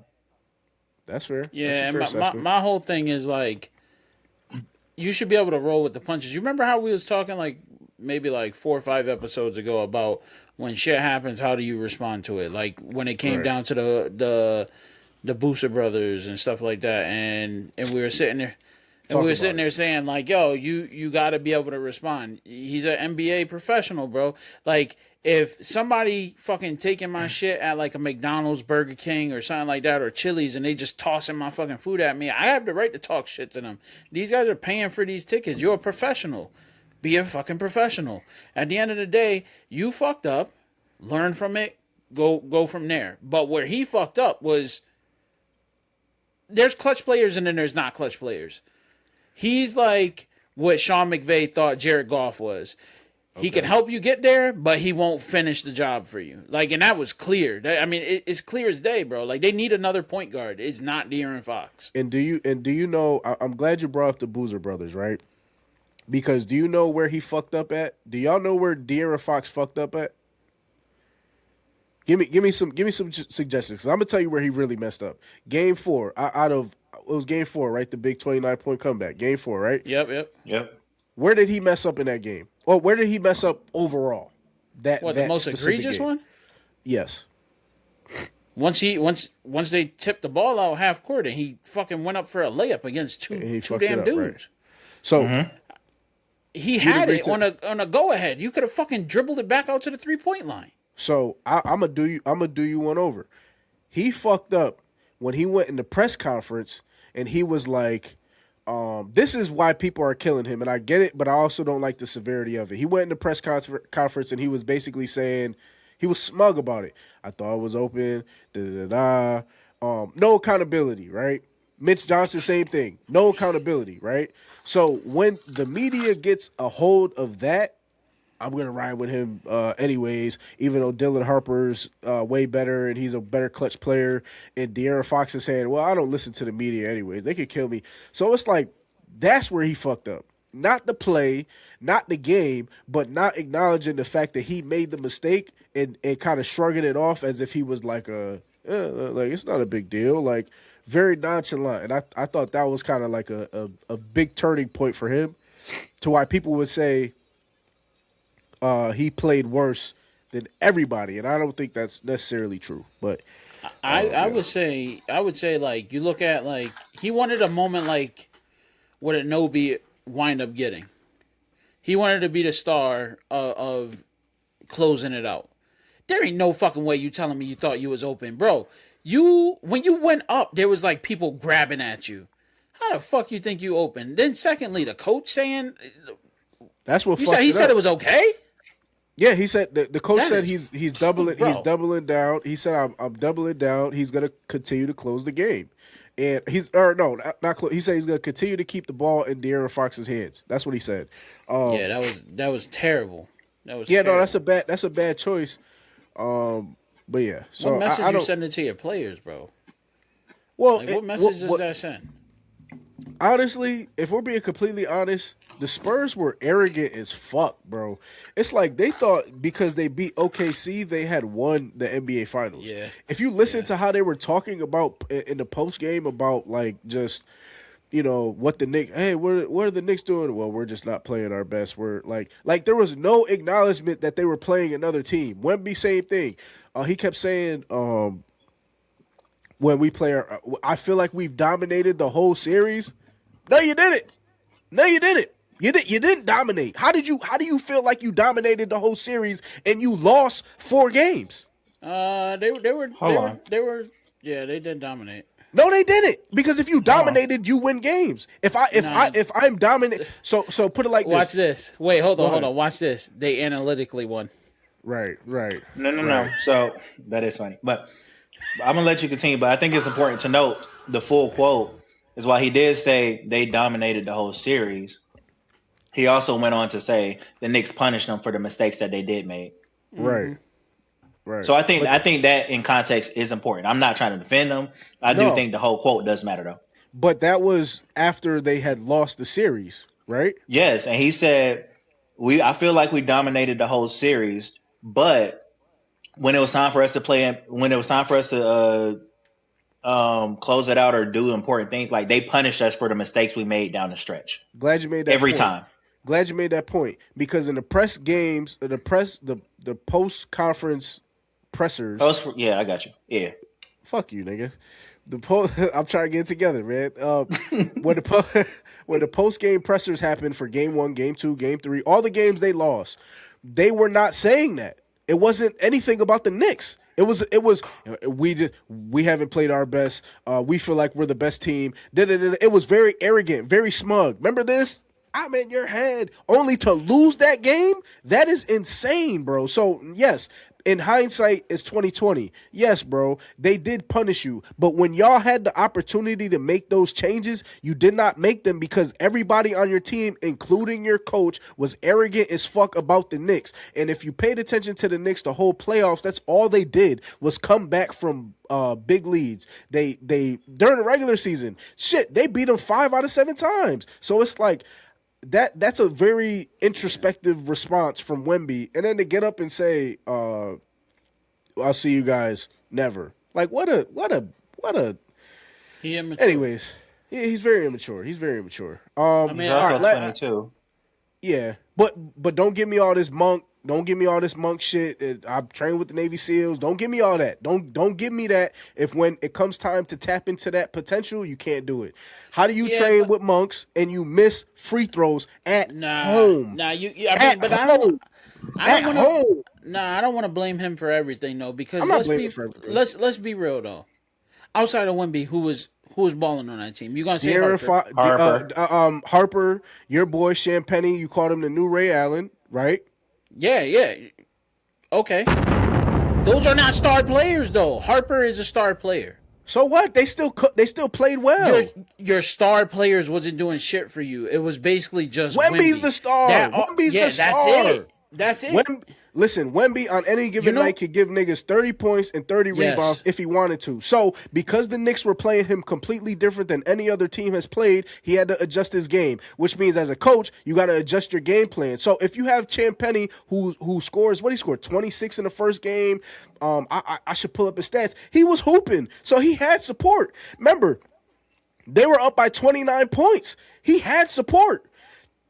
What it was is they're young.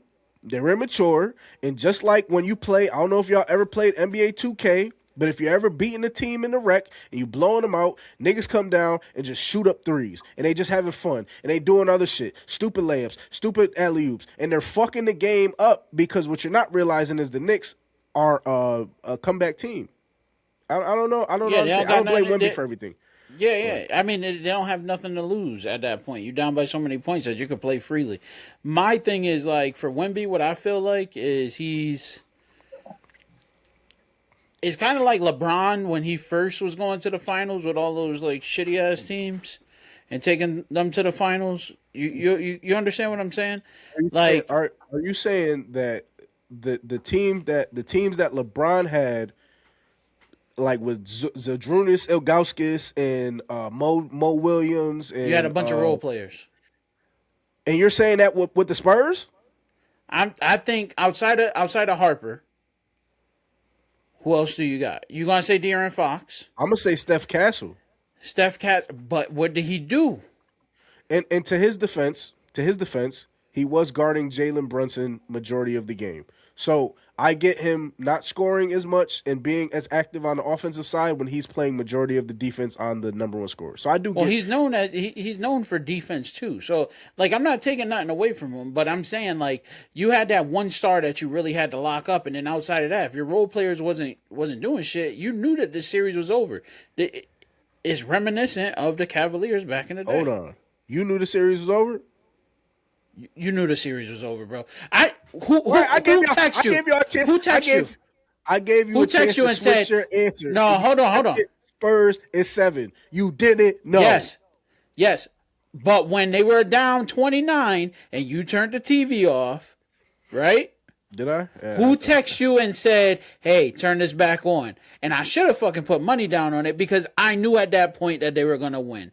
Then if you go back like 2 or 3 episodes ago when we were originally talking about this, I said there's some fuck shit that's about to happen. Isn't it weird that those two teams made it back and those are the two teams that face each other? And I said there might be an injury or something, and it might be opposite this time, where Spurs won 4-1 last time, and now, ironically, it's the Knicks that won 4-1. That's a fact. I did put that in there. He did. Oh my God. This dude got new sounds. That's the conspiracy. Nigga had man. nothing to do this weekend. This house. That's the conspiracy, man. I had to turn it down a little bit. That's the conspiracy brain, man. That's fine. But it's true though. I get it. And for the record, I never turned the game off. I was watching the game the whole time. I just was doing some other shit. I swear I put that on my life because I was watching it in here. I was watching that shit with Ashley, and I sat here and I was like, yo.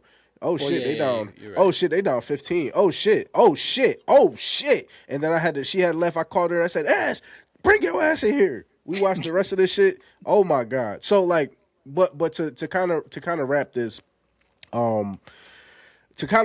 I guess, NBA Finals, because I guess that was our NBA Finals thing. Do you guys have any? I guess if you're looking at Wemby and where they go, what do you think they have to do next year to get back? The Spurs. A new point guard. I think they got the squad. They just need a new point guard. Okay. And Wemby might need to be bald next year and be on PEDs because he might fuck around and his whole body break down if he get put on PEDs. Shit, bro. Slender man. Honestly though, I really do think they need like more from the bench than what they were getting, to me. And then I think they need a new point guard because obviously you're gonna put Harper probably will be a starter next year. He should be a starter, but that's the thing too is when you become a starter, are you able to keep up that same consistency? Because I don't think he started. So every time he did play well against the first team, but like majority of his burn, second quarter, third quarter came against second team niggas. Yeah, but they probably have a window of about like 2 years before you have to re-up all these contracts. So if they don't get this shit right in the next 2 years, it's probably done. I got a hot take. The Spurs won't be back at least for another 3-4 years. That's my hot take. That's crazy. Yeah, I don't see it. I'm sorry, I don't see it. Especially with the trade rumors about Giannis on the move, whether that's East or West. Jaylen Brown, they've been talking about moving him. So I don't know. LA might be an option for Jaylen Brown, they were saying, or Atlanta. I don't know. I don't see it. I really don't. Because I think what people learned is how to beat Wemby in the 7-game series from the Knicks. You know in the NFL where they talk about like your rookie year, like, okay, you might have cooked. Second year is where we really figure out because they have tape on you. This is the first year we have tape on how Wemby plays in the postseason. And I think they're going to be able to do some of the same things. I think the Knicks, honestly, took some of the shit that the Timberwolves were doing, and they took some of the shit that OKC did, and then they made it them, especially because they had all that time. So, yeah. Dame, what you got? Dame? As for the Game 4 debacle, I had said that, well, I had went to sleep because I had an early morning, so. And when I woke up, mind you, I sent this text at like 4:37 a.m. That's how inexcusable it was for me to watch that shit and be like, this is what happened? That's how they blew the game? This is inexcusable. They were like 17 for 50 from 3-point range after shooting 13 in the first half. They only shot 4 in the second. So I'm like, what the fuck are y'all doing? It's so egregious, this comeback, that y'all let Taylor Swift have rhythm for like 3 seconds, and y'all got Olivia Benson out here just having the best night of her life, bro. Like, she went on record say that shit, bro. That is crazy. Y'all got Benson about to have a fucking heart attack. This woman is just tenured in the Law and Order universe, and this was the best night of her life. Spurs, y'all are going to hell. I'm sorry, y'all are. Somebody said they had Olivia Benson and Elliot Stabler in there around all them. They said they had them in there around all them people, man. It was a real Law and Order SVU episode. Yeah, but if you get my drift, yeah. I said it was inexcusable what happened with the Spurs collapse, and all credit to New York. So it's no surprise that Game 5 happened the way that it did. Yeah. Because the Spurs are young, they're immature, they just weren't ready. It was like Thunder Heat 2012. Yeah. That's pretty much what it was. That's kind of what it felt like. You're right. And so they needed to lose. The Spurs needed to lose if they are going to get back, because I think they'll appreciate it a lot better. That's what happened. That's what had to happen to the Thunder to finally win. They lost early. Well, I won't say early, but like in heartbreaking fashion, as much as they did before they finally won last year. Now, granted, we can talk about the Halliburton Achilles injury, Game 7, but a win is a win. It is what it is. So shit happens. But I said also in the group chat that Mike Brown deserved this. Cat deserved this. And it's kind of hard to hate on such a good story, because Mike Brown had been discredited for such a long time. And the only reason I even know about the 2 years ago clip with Mike Brown versus De'Aaron Fox is because that layup was so egregious that, like you said, the internet, they live forever. Mm-hmm. No one gives a fuck about Sacramento. Niggas don't even know Sacramento is the capital of California. So that's how insignificant Sacramento is. Whoa, niggas don't know that. Slow down. Sacramento is a beautiful place. I've been there. It was amazing. Don't shit on Sacramento. Go ahead. Fine, I guess. But that's how, in the sports universe, insignificant Sacramento is. But let's not act like the Kings are not the butt of, NBA jokes, right? Because niggas don't know that Sacramento. What are we saying timeout for? You need a full or no timeout? That's what they're known for. Oh yeah, they're known for getting the guy that. Timeout. Yeah. Come on, Trey, man. And the Kings, they had a good story a few years ago. I mean, nigga, you're fucking mining over there. Nobody can hear you doing that shit. That's why I was like, what you saying timeout for? But I was like, you need a full or 30, nigga. Well, first, I didn't do this. I definitely didn't do this. Well, I was saying, like, do you need a full or a 30? But, like, either way. But no, the only reason I know about the Mike Brown clip is because that De'Aaron Fox thing was so egregious. So when this thing happened 2 years ago, I don't remember seeing it happen. And then also in the same series, somebody had asked Mike Brown about what it was like, adjusting to Cat. And Mike Brown gives this great answer about this is just stuff we had been doing all season. I've talked to Cat about adjustments, like let's see what you like. If you're not liking that, like let's try something different, and then we're going to keep doing something that Cat likes, and so forth and so forth. And so that's important to note. And so it brings perspective that a couple years ago, he's not talking about De'Aaron Fox just to trash De'Aaron Fox, because he said outright, I don't know what happened yet because I haven't seen the clip. You're just asking me something, and I only have the perspective of this is what I saw in real time. Well, I'm going to have a different perspective probably when I go back and look at the clip. That's a different thing. And now you fast forward to Cat. It's like, oh yeah, we have been trying new things all year. So by the time we got to the finals, it's simple, it's easy. Because we know, and he said I'm the one who has to adjust to Cat. I'm gonna give you a little taste what Dame's talking about. Carl Towns has This was really good. Played as complete of basketball games, I think, as you've seen him play probably this season. What has your journey with him been like from the start of the season to now? And you know what? I'm sorry for cutting it short.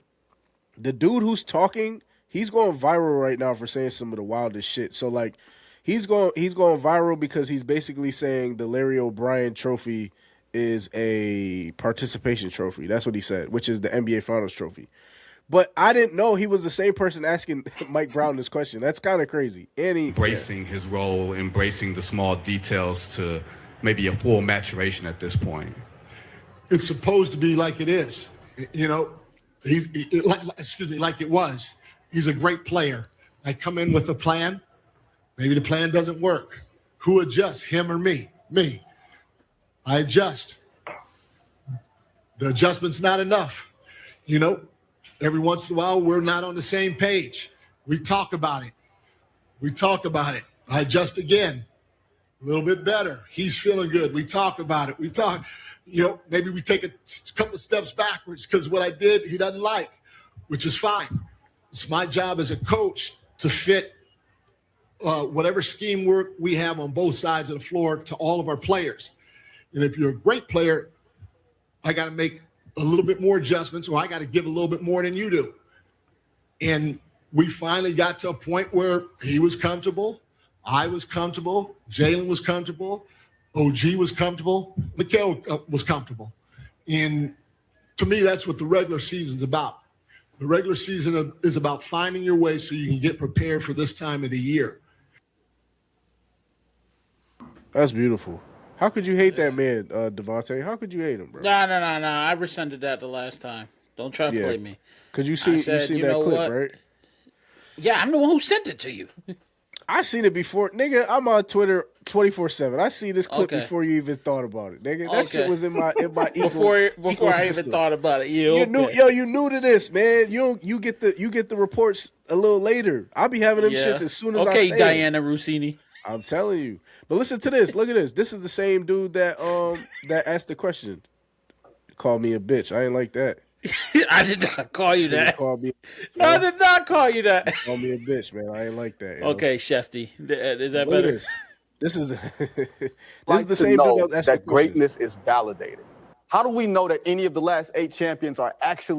So my thing is this, right? Wait, that's the same dude who asked the question? Yes. That is hilarious. Yes. Hold on. You know that is hilarious. Yes. Damn, I gotta find it. There's a fucking meme of like this like bear looking thing that has eyes like that. Damn, hold on. Are you calling him a bear? No, continue. You'll. So like I heard that and I'm like, hold on. So the same person that's asking that a beautiful question is the same person that's saying this bullshit, right? Validated because they have not done it again. Giannis is itching to get out. Boston is thinking about trading Jaylen Brown. They don't believe in their one championship. LeBron. Yo, he got to get his edge up right, yo. Dame, when you have people come on TV, like I know this is early in the morning, this Greeny show, but do they do haircuts at the facility? Did they do haircuts at the facility? Because this looks egregious, bro. This is egregious. No, they've been doing haircuts at this facility. What? It's not a prison. You know they're in New York. You know they're in New York, right? What's that? Oh, I know that. Yeah, live from the seaport. He do look like that. That's funny as hell. This is the same person that made that egregious comment. Listen to what he says, and then we'll react. One championship in LA was not enough. So why would it be enough for us? Validate is the Larry O'Brien that I put on that shelf and it stays there forever. That's the validation. The Laker thing. Oh, you mean participation trophy then? I'm sorry, Larry O'Brien is a participation. All right, let's go to the next topic. It is an actual trophy. Yeah. You won the league that year. What is he talking about? I've had enough of this. I don't know. He got to be trolling. He trolling. I don't think he is. You can't really get on Greeny's show and be on some bullshit. How the fuck do you get a participation trophy for winning a championship? It's not like, oh well, never mind. I don't get it. I don't understand it. Because I want to say everybody on the Knicks bench had something to do with that win. So, everybody, literally. Like what he's saying doesn't make any sense. I'm not even a reporter, and I can see that. And he's an ESPN. Damn, you got to give me your expertise on this because this shit on is what egregious. Specifically? Dame knows him. Like, so what Dame, the fuck is he talking about? What is he talking about, Dame? You know him? I'm sorry, I know who. Dame I know knows who. the gentleman who is speaking. He's worked at ESPN for a long time. Dame knows him. So because I worked at ESPN, I just know everybody that work at ESPN? Yeah, that's how it works. Fill me in. Right. I do not know this man. I don't know this man. All right, so give us. No, I literally don't know who that is. All right, well, give us your thoughts, nigga. I know you don't know him. You said it 3 times already. You trying to separate yourself. All right, give us your thoughts. What do you think? It's an egregious statement to be said first and foremost. The participation trophy thing. I don't understand how, in one hand, we want to talk about ring chasers and, only validate you if you have a ring, which only is possible if you win the Larry O'Brien, just for you to turn around at 8:37 a.m. Eastern time to say, oh, this is a participation trophy. Gee, I can't even get it out. It's so fucking egregious. Like, nah, bro. I can't allow that shit to slide. Even Jay Will over there is like, I'm sorry, what? What are you talking about? Like, yeah, bro, you're on your own. What the hell are you talking about? Like, yeah, bro, you're on your own. Did he play ball? No, he's a reporter. He's a journalist. Okay, yeah. And you telling basketball players that the Larry OB don't mean shit? Basically, okay. And his point to put it in full context, he was talking about the parity of the league and how pretty much everyone is winning, which is not true because the Wizards haven't won and the Jazz ain't won shit ever. So I just don't get it. But I also think it's an underlying point where it's New York. New York wins. People don't like it just because of how abrasive and how New Yorkers are. But yeah, I wanted to show you guys this, and then Dame, we could kind of talk about the Stanley Cup winners, the Connecticut Hurricanes. You feel me? Connecticut Hurricanes pulled it out. Dame made a great point that the Connecticut Hurricanes have lost as many games in the playoffs as the Knicks. But I want to show you guys this really quick because this is a little bit this is more of a talking point, I guess. So there's a gentleman, right? Excuse me. There's a gentleman named he's a practice NFL player, and his name is he's a cornerback. His name is Darrell Baker Jr.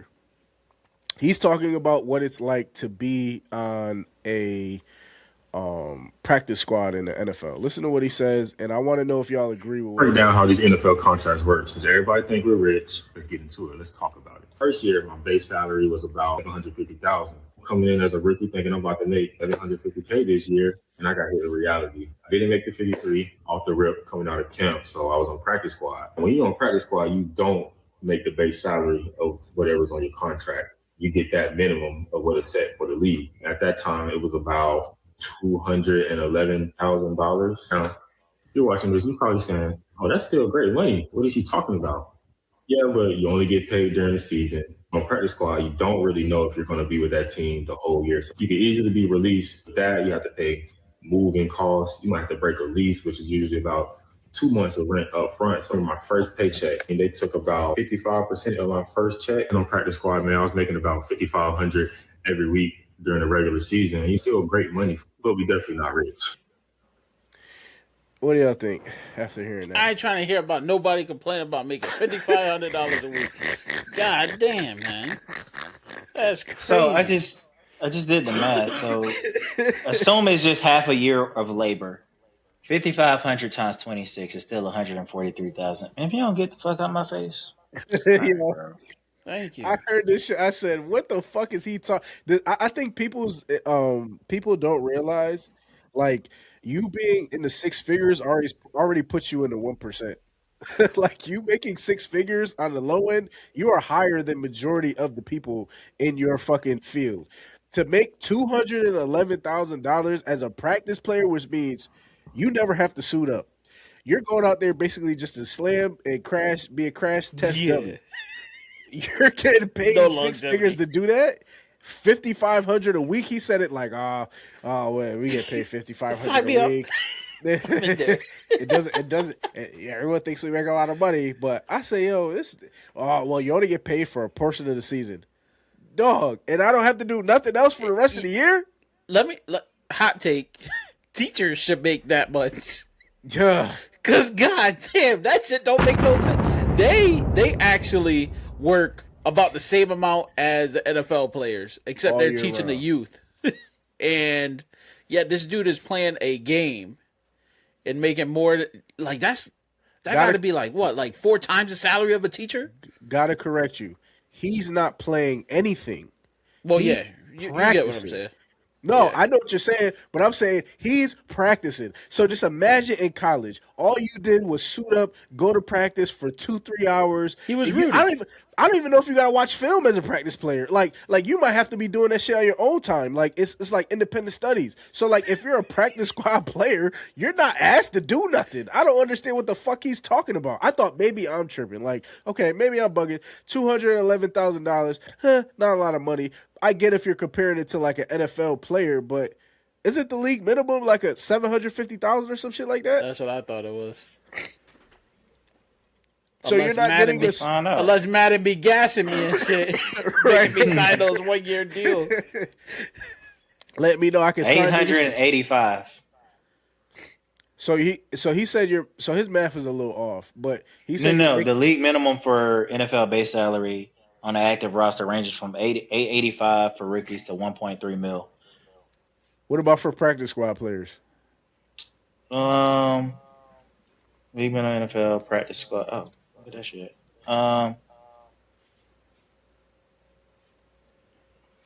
Okay. I'm gonna go smack this nigga upside his head with a beer bottle. The NFL league minimum for practice squad players in 2026 is $13,750 per week for rookies. What? And players with two or fewer accrued seasons, and $18,350 per week for veterans with 3 or more years of service. My nigga's getting robbed. He's getting robbed.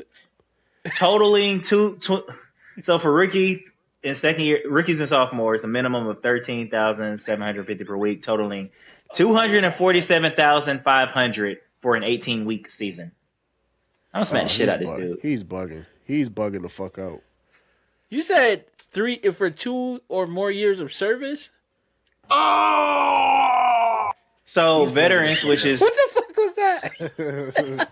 So veterans, which is veterans are in the military, my boy. Hell no, these are practice squad veterans. Practice squad veteran. You making $18,000 a week, $18,000 a week as a veteran? With a negotiated maximum of $28,500 per week. Oh, I should have. Or $22,800 per week. Sorry.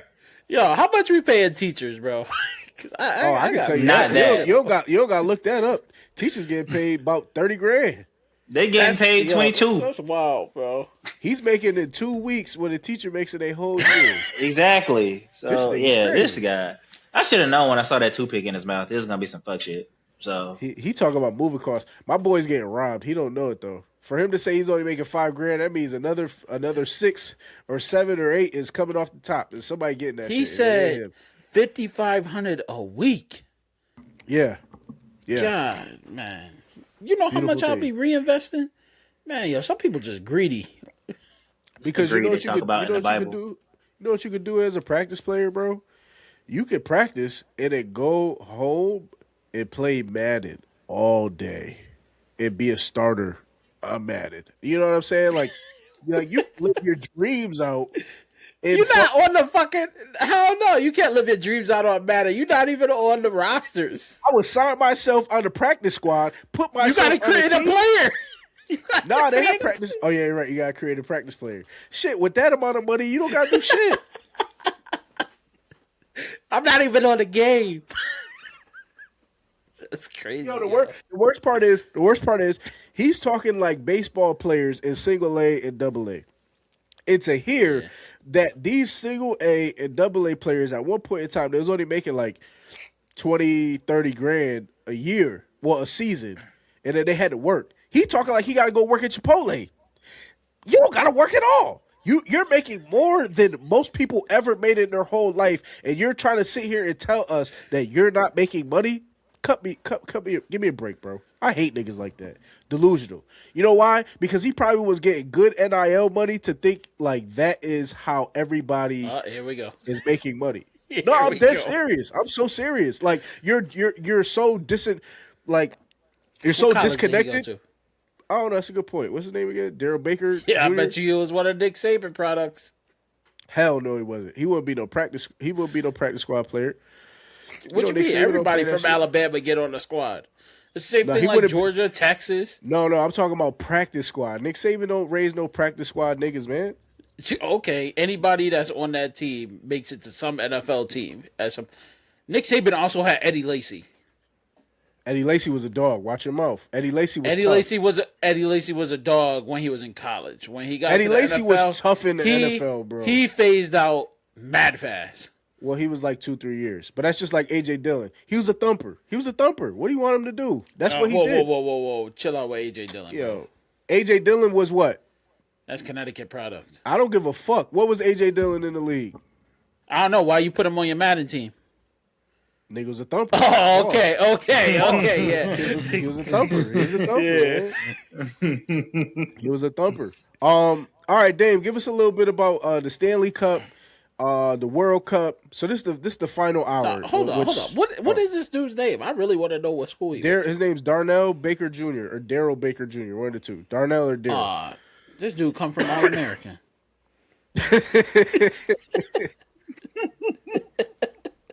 Dame, talk about the Stanley Cup. So, ladies and gentlemen, for those who don't know, the Carolina Hurricanes are official Stanley Cup winners. They won the series 4-2. They won 3 games straight, and they took over. So, Dame, tell us a little bit about the Stanley Cup Finals. What did you like? What did you appreciate? Get on your soapbox, brother. For the past 3-4 years since I've been in Charlotte, I had told myself if the Canes ever make it to a Stanley Cup, I'm at least pull up to Raleigh. So I got a chance to do that. Them tickets was expensive as hell, so I don't have Stanley Cup money, guys. It's okay. But to watch them finally get over the hump, and I've been tweeting about it. I'm like, every time they start pissing me off, I'm like, all right, bro, I think I even said, like, as soon as they lost one game, like their very first game in the playoffs was in the conference finals. Right. Game 1. I was like, all right, bro, turn these dudes into we need to call these dudes the Raising Canes from here on out or something like that. I was mad. I was watching. I'm like, again?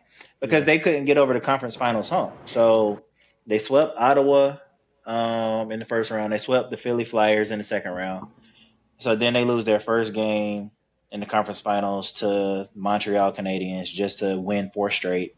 And the Canes had been Knicks dominant this entire postseason. They lost only 3 games the entire postseason, just like the Knicks did, 2 of them being in the Stanley Cup final. But I said when they first when they made it to the Stanley Cup final, I was like, oh, Oh, they got to play Vegas. Oh, this is going to be tough. Game 2. When I took that road back to Charlotte from Raleigh, and they had a comeback for the ages, if you will. That turned it the was series. just like, yeah. If they lose that game, I don't think we're having this conversation right now. Because that's one of those drop your nuts moments. Because I can't remember who it was for the Knights. I want to say, I don't know if it was Marner or Bowden or something like that. I can't remember who it was. But it was the same player, both in game 2 and in game 5. There was in game 6, there was a shot off the crossbar. If it's 1 centimeter or 1 inch lower, it's a goal, and it's a game changer. I think. Are you talking about where I think they challenged it? I don't know what game that was. The game that no, it wasn't that. It's not that one. Okay. I know what you're talking about, but I remember we were talking about it in the chat when I was like, I finally looked at game 2, the extended highlight, and I said it could have easily been 3-0 instead of 2-1 because that dude was like off the top of the crossbar. Yeah. It was the same guy who hit it off the top of the crossbar in game 6 that would have like cut it down to 1 or something like that. But fire.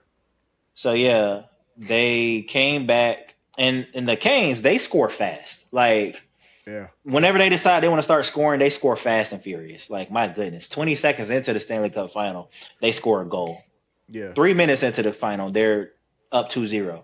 They end up losing that game 5-4. Okay, cool. They ended up coming back from 2-0 to win in overtime. To what was it, 4-3? I think was the final score. Yep. Yeah. Game 3, they ended up coming down from 4-0 to lose in double overtime, like 5-4. And then they rattled off 3 straight.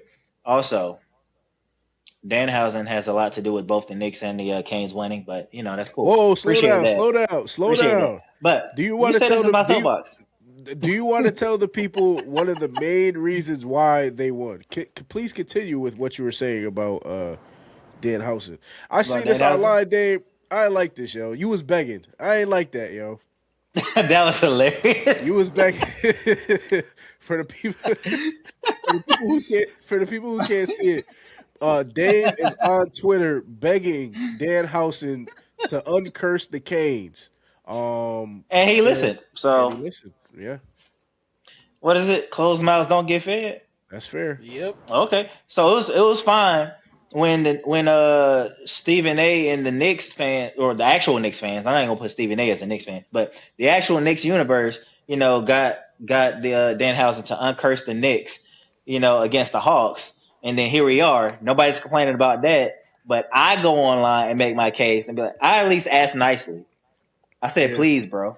In fact, Knicks fans, if you pull up the tweet, I specifically said, hey, please, bro. Like, can we just uncurse the Canes? Please keep your focus on the Miz and the Spurs. So I actually did y'all solid by keeping the Spurs cursed. I'm like, hey, please, bro. Please, Canes, just pay him some human monies. Please, big bro. So are you saying that your tweets alone changed what word am I thinking of? What am I thinking of? It changed the direction of the Canes and the Knicks? Yeah. Is that what you're saying? It definitely changed the trajectory. Yeah, that's what I'm thinking. Thank you. I'm not gonna say that the word the whole time. Jesus Christmas. Spell trajectory, motherfucker. Hey, I got you there, man. Yeah, no, you did. All right. Continue, I'm not gonna take credit for the trajectory of the Knicks and Danhausen. Absolutely not. But it is kind of, coincidental that as soon as I asked nicely, hey, please, bro, uncurse the Canes, right. They win 3 straight. All I'm saying. Get the fuck out of here. Yeah, I said, hey, I asked nicely. That's so. I'm just saying. Are you going to told Danhausen, who do you think you are? I am. Right. Oh, no, I don't want that smoke. I don't know. No, Danhausen, this is all you, big dog. This is, no, thank you. I'm cool. Are you going to the when is the parade and are you going? It's on Saturday. No, I'm not going. Why? It's on a Saturday. Yeah, I know. Well, because damn, if y'all niggas let me answer. The Knicks parade is on Thursday, so I definitely can't go. Right? You went, Devontae? Yeah, I would. Bro, the videos I saw look crazy. Oh my god, crazy. That shit look like that a might movie. have to be. That might have to be just me and you go out there. It's too hectic. That shit was. Yes. That shit was wild. Saw people chilling on balcony. Damn, if you don't go, I'll be disappointed. Yeah, that's crazy, Dame. Well, can I answer why I'm not going? You already said your reason, but tell the people one more time. You hanging out with your dad? Feel bad, huh? Feel bad. Nah. It's Father's Day weekend. Well, I don't, but that's not why I'm not going. So explain your case, because it's a Saturday. It's not Father's Day. Like, why are you not going? Me and my girl are already going on a date out of town elsewhere. Oh, where y'all going? Greensboro. Oh, shout out to Greensboro. Hell no, don't do that. Wait, so are you booing black colleges and universities? Is that what you're doing? Do that. You're booing North Carolina A&T? You're going on a date to North Carolina AT&T. Didn't you niggas graduate already? AT&T? This nigga said AT&T. Whatever, nigga. What is we talking about? Didn't y'all graduate? Why y'all going to doing college visits? I didn't say we were doing a college visit. No, I just said we're going to Greensboro. So why what does North Carolina TNT have to do with what you're saying? This nigga is wild. We're going to a comedy show. It just happens to be in Greensboro. Who's the comedian? Josh Johnson from The Daily Show. Oh, you did say something about that. I swear you said something. And then also, we're going to come back and we're going to go to this cocktail bar. Damn, I'm not trying to hear this shit, though. What kind of bar? I'm glad that you about to have fun, but you have eventful weekend. You can definitely fit. You can definitely fit this shit into your week. Yeah, I don't know what I don't know what the fuck he's talking about. I'm going to the cocktail bar with my girlfriend. I'm going to see black colleges, but it's really Jock Johnson. Who the hell? Jock Johnson? Jock Johnson? What the fuck are you talking about? That's what Dave said he's gonna go see. Jock Johnson. Yo, you going to North Carolina AT&T? He's going. He's going. Okay, hold on. Just hold on. Hear me out. You gave us a whole explanation. I've been waiting for the Canes to win since I've been out here. Hear me out, nigga. Damn. They give you a Saturday? Nah, nigga. Can I answer the fucking question, nigga? All right, go ahead. You can answer. Go ahead. Damn, bro. Nah, fuck that. We gonna keep going. Nah, Raleigh is 3 hours away, which means okay. So Raleigh is 3 hours away. And then Greensboro is like 90 minutes from Raleigh. So I'm not going to have time to even go make the show on time if I go to the parade. Yeah. I guess Jock Johnson is important. What's his name again? Josh Johnson? Yes. Josh. Yo, you fucked up, dog. You just butchering names. So to go from... Oh, damn. This nigga? Oh, damn. You got to go to... Him? Hold on. Let's just be clear. It is Pride Month. Let me see.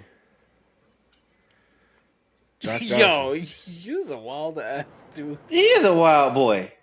Damn. He funny. He funny. Nah, he funny. You're gonna go see Jock Johnson? Josh Johnson. Yes. God damn, boy. You fucking reading it. I don't know. All right, Josh Johnson. Okay. Well, are you trying to shame me for trying to have a date night with my lady? No. What? Never that. I endorse that. Nah, nigga. You were so boisterous in your attitude. Tomorrow I'm gonna go play bingo with my lady. So no, nigga. No. I don't shame it. I'm just saying, if I had the opportunity to go to the Knicks parade, we'll be going versus seeing Jock Johnson. But it is what it is. Josh. But you're only trying to go to one city. And the Knicks are like 2 hours away. And you said, right? you said that's like me going. Nah, that's like with me, this traffic that's about to be. Yeah, and you got to think about the World Cup. So you got to think that's like me going from Connecticut. The World Cup is also in Charlotte. No, what I'm saying is that's like me going from Connecticut to like one of the boroughs, like Brooklyn or Queens or some shit. That's like 2-3 hours. So yeah, it's about the same trip. But no, it's not, because I would have to go to from Charlotte to Raleigh. That's a 3 hour drive. Then I have to go to Raleigh to Greensboro. That's another 2 hour drive. just to come back from Greensboro to Charlotte all in the same night. You know, that's another 2.5 hour drive. You know what I'm hearing? I'm hearing that you weren't prepared for the Canes to win. That's what I'm hearing. No, I was prepared for the parade to be on a weekday. Huh? What? The Knicks are having a parade on a weekday. What are you talking about? Everybody thinks that is stupid as shit. Yeah, and he's like, yeah, because when the Braves won, they had it on a weekday. When Georgia won both times, they had it on a weekday. All I agree was stupid as shit. So I just assumed, you're gonna have this parade on a weekday, which is stupid as shit. So let me ask you a question. Georgia makes sense though. Like for you talking about the Bulldogs, right? No. I ain't talking about the Bulldogs. Bro, they win like every fucking year. At a certain point, nobody gives a shit about the parades. Right. What are we going for? Anyways, so you're telling me that you thought the Canes were stupid enough to put a parade on a weekday? That's what you're telling me? So I just mentioned my alma mater put 2 parades on a fucking weekday. Because they win all the time. They won twice after a 30-year drought. What are you talking about? Nah, yeah. When you went back to back, nobody cares. It's like the. Yes, they do. Like the Huskies. They were packed both times. Not as many people came. The women used to win all the time. Does Valdosta if they win, yes, they do. Yes, they have parades. They have parades every year. Do they? They have homecoming. They have Christmas parade, and then they have. They have what? You said almost, and then you stop. You said almost every year. Yeah. He said specifically parades. He wasn't talking about championship parades. No, I'm talking championship. Come on, Dame. Championship parades, man. Well, you weren't being specific, nigga. Yeah, you know what the fuck I was talking about. No, I don't. Actually, no, because you had been saying North Carolina ATT, and you said Jock Johnson like 7 times while you was reading the shit. So no, I actually don't know what you're saying, Trey. All right, man. If you body me, you can take the money right now. I hate you, nigga. Let's die. But you also highlighted you're trying to go. I lived in Connecticut, so I know what the distance is like to go from central Connecticut to one of the boroughs. That's a 2.5 hour drive ish, right? Yeah. But I just highlighted to you because North Carolina is bigger than Connecticut. I'm saying all in the same day. I'm going from Charlotte to Raleigh. That's a 3-hour drive. From Raleigh to Greensboro, that's another 2-hour drive. From Greensboro back to Charlotte, that's another 2-hour drive, all in the same day. What can we cancel? Do you have gas money for me? What can we cancel? Can we cancel the cocktail thing? Okay. I got $20. But no, my point is this. Bro. My point is not that you're going to go from left to right to up and down. My point is this: you made these plans, you and your girl, and it sounds like I'm not gonna put it on your girl because I don't know her. But it sounds like Dame did not think the Canes were going to win because Dame wouldn't have made plans for this weekend if he knew the Canes were going to win. That's all I'm saying. All I'm saying I can't predict. Dame, I think your girl will be okay if y'all have cocktails at a parade. Whoa. He said cocktails, bro. Huh? What the hell was that? You playing commercials? But what made you go with that verse? This nigga here, bro. Whoa. Yeah, I can't predict that was even a pause whether or not. I can't predict whether or not. Come on, man. We just said it. I know. That's why I hit him with it, man. What the fuck? What do you mean? Who doesn't say cocktails? I say I'm going to the bar. I don't know. Like, you don't even have to put the first part. They're serving drinks. Why would you add that? So I called it by its government name. Now we're tripping about it. And I want to get to even deeper. Why is it called that? First of all.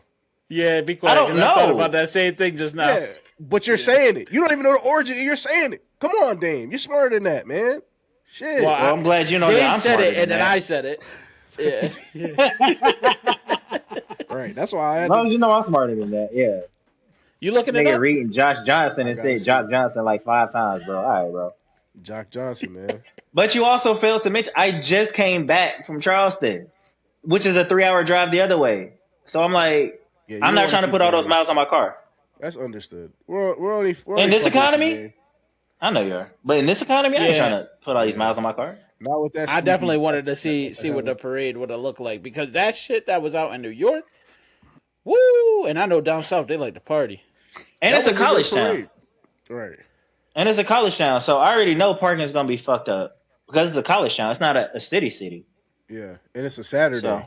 Which is even crazier, right? Like everything that night is gonna be lit as fuck. But yeah. Anyways, before we close this show out, World Cup. I watched a couple of the games. I like USA. I like what they was doing. Also, I like the story of USA snatching a kid. There's a story. I don't know his name, and I'm not even act like I want to know it. But he was born in America only because his mother was too big to fly. Like she was too pregnant to get on the plane. So he was born here. As soon as he was born, shipped his ass off. You know what America did? You could claim here, my boy, and he's nice. I don't know. I'm gonna find his name because I deserve a little bit more respect, but he's nice. Anything about the World Cup, gentlemen? You talking about the number 20 kid? I don't know. I gotta find it. Because if it's him, he scored like 2 goals. Yeah, he did. Mm-hmm. The black dude. He did. Yep. Yeah. Where is he from? Yeah, he a beast, yo. He was raised in London, but he was born in Brooklyn. And it was like he was born like American. for a few hours. Yeah, he's American. That boy's American. He looked American. Anyways, go ahead, Dave. It's been just so we're clear. I don't give a fuck about football. It's called soccer, nigga. So, I think that Trump would disagree. Trump says soccer is soccer. Soccer is called football, and football should be called something else, according to the president. No. Anywho, I just think it's been fun to watch, like to follow all these tweets of these, not just the Europeans, but all of the foreigners. But the Europeans have been the most on my timeline about their shock of America because they're not going to the big cities, that they see in the media, L.A., They're New like York, Kansas DC. City and shit. Yeah, like my boy Freddie down there in Atlanta. Man, my man's done went to Buc-ee's, Waffle House, and Chili's all in the same day, bro. That man's having the time of his life. Somebody from England talking about I had Golden Corral for the first time, and that shit was delicious. I'm sorry, Golden Corral got you wet like this? That's crazy, right? But the thing that all the food out here, man. Yeah, bro, that's crazy. I'm like, Golden Corral is what got you like that? All right, bro. But the thing that really got me is that somebody from overseas I think somebody from Ireland, they're like, oh, wow, it's magnificent that America made all of these state-of-the-art stadiums for the World Cup. And we're like, you thought we built this shit just for our 6th favorite sport in this country? Right. Absolutely not. Go to Florida, Georgia, Texas. Look at a high school stadium. Them shits are World Cup ready. Like, I don't know why you thought we just had all these fucking. Were they talking about the grass? Were they talking about like the infrastructure of them, how huge they are? Like somebody was talking about the Cowboy Stadium, and they were like, "Oh my gosh, this stadium!" And I'm like, that stadium, even though it's $1 billion, that shit like 17 years old. So it's like. So, like, this is what y'all thought we were just building. You thought we had all this money. We're one of the most capitalist countries in the world. And you thought we were just building infrastructure for y'all fuck-ass sport that we don't even care about. Yeah. Well, yeah. You know what I'm saying? Like, we throw away, like, $1 billion on bombs. So they definitely think that. But you also got to understand, right? That's fair. With most Olympics and World Cups, because I had to do a report about this in college, they do have to sacrifice the rest of their, like, economy just to build all these. They do them in third world countries sometimes. Yeah. I mean, it was in Brazil, they was in Japan, they was in Italy, like wherever they are, they have to scramble to build all this infrastructure. Whereas America, we just throw money away, and we already got the infrastructure built. So the foreigners are like, oh my gosh, state of the art stadiums, because y'all just thought we give a fuck about Arsenal and Chelsea. We don't, but I'm saying like we don't. And so we got these stadiums like bum-ass Giants and Jets over there in MetLife. Yeah, go. No, I'm not going to say that. But nonetheless, yeah, go play over there. Go play over there. Go to Dallas. Go to Miami. No. I'm not saying it. I'm not saying it. But let's just be clear. For the record, Dave is saying some of the same things that I said, but just in a different way. And he sounds more educated and journalistic-like. But he's saying the same shit I'm saying, y'all. He's saying the same ignorant shit I was saying. Go ahead, Dave. Continue. But I was saying, they're playing in L.A., Miami, Charlotte, Atlanta, Dallas, Seattle, Vancouver, you name it. Fucking Monterey, MetLife. Like, all these state-of-the-art stadiums in North America, because I got to give Canada and Mexico their credit too. And these Europeans just thought we built this shit from scratch, brick by brick, last week. No, them shit's just been sitting here, waiting to be used. So it has been fun to watch the World Cup, and other countries being fascinated by American culture. And I don't mean like big city culture. I mean like small town. Like, oh my goodness, like Kansas. I think Kansas Buc-ee's. City is the journey. Yep. So yeah, I think it's a beautiful thing. When people could come here and get to see that we're not all fucked up, right? Like, that's like a global perception, but it's not the case for everybody. So, like, imagine being from South Korea and Atlanta is your first assimilation to the fucking World Cup in America. Do they have internet in South Korea? Yes, I was there. Oh yeah, you're right. That's North Korea. North Korea don't got no access to the outside world. Do they have a soccer team in North Korea? No, I'm thinking about it. They do. They play in the World Cup? I don't know if they qualify for. I don't know if they qualify for this World Cup, but yes, North Korea has a country team. It's fucked up. I was about to say some crazy shit. No, I was about to say, since they don't really fuck with the outside world, it's just them playing different versions of the country, and they're calling it the World Cup.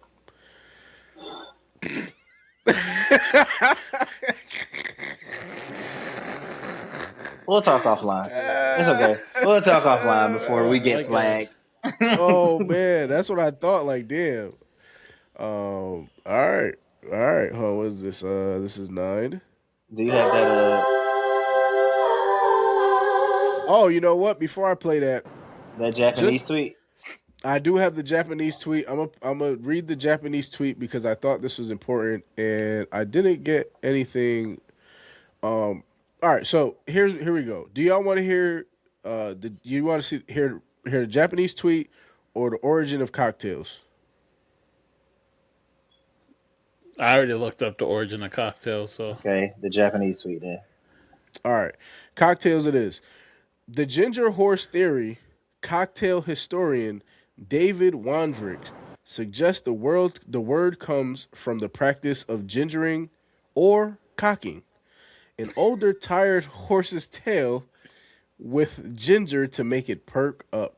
The metaphor of a pick-me-up was applied to spirited, stimulating alcohol beverages. The cockatier, the mispronunciation is New Orleans, and a pocket. I don't know this word. I'm gonna be honest with y'all. I'm gonna pull it up. Huh? Dane, maybe you could smooth this out for us. This is all you, brother. I can't read that word. This word right here. I can't see that shit, bro. Zoom in. Hold on, let me zoom in. You sharing the screen, not me. Can you see that word now? It's a person's name. No, apothecary. See now, so nah. So now I'm this nigga said it's a person's name. No, because I thought you was reading that. Okay, I thought you was reading that pay charge shit. This shit. I didn't even get. I couldn't see what you was reading yet. To be honest, I wasn't even looking yet. I couldn't get to that part. The apothecary name Anton Amedi Picard used to serve brandy, mixed drinks in a French egg cup called. All right, man, these niggas is lying. This ain't where it came from, but whatever. We'll try to make it seem like it's more sophisticated than it is. Anyways, let me read this quick Japanese person's interpretation about chips and salsa, and then we'll. You want my theory about the cocktail? Because I know where you were going with it. Sure. When you have spirits, what do people usually do? I don't know. Tell us. This is your theory. No. Hell this no. is your theory. We all know people. Yeah, we all know people have like drunk sex and shit. You guys have a cock. You try to get some tail, which is ass. That's how a cocktail came about. That's what I think. I like that. I think so. It went from cock to tail.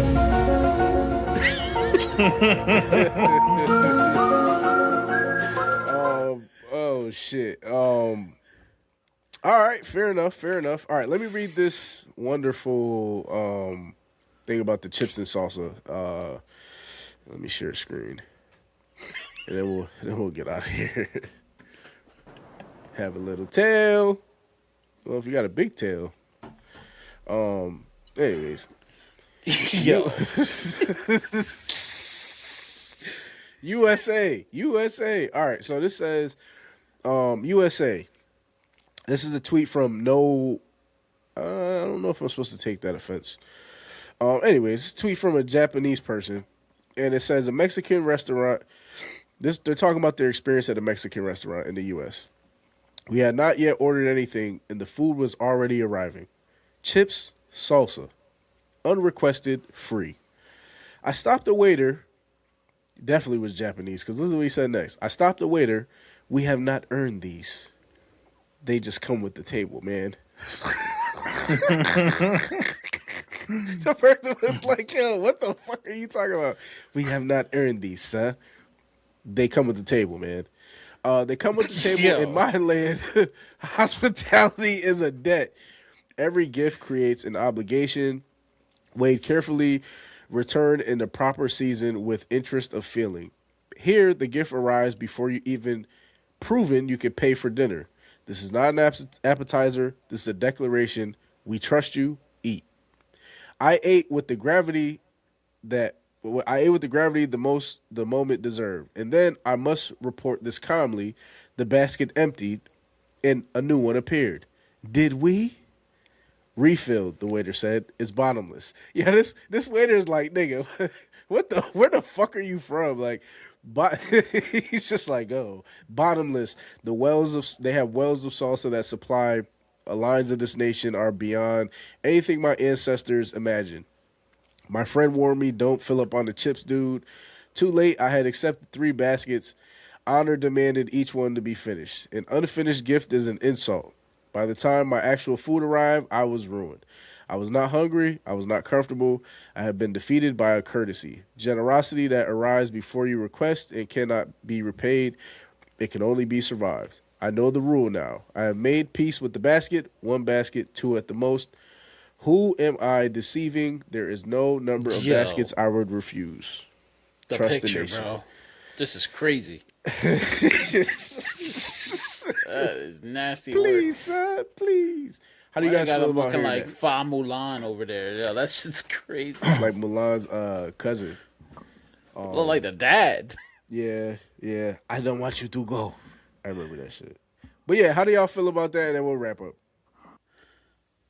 I mean, it's interesting to see how other countries view here, because the things that we're just used to, I don't know, man. Like, it makes me kind of want to see what it is like in other countries, because if that's like a big deal to them, like we take for granted everything that we have. Absolutely. And I mean, it's chips and salsa, my boy. Like, it's not that deep, right? Like, but to them it is. You know what I mean? Right. You disgrace. All right, won't do that. That shit's crazy. But yeah. And with that being said, I also want to say shout out to Mexico. Yep. Because they won their game. Let's go. But then shout out to the USA too, because I'm here.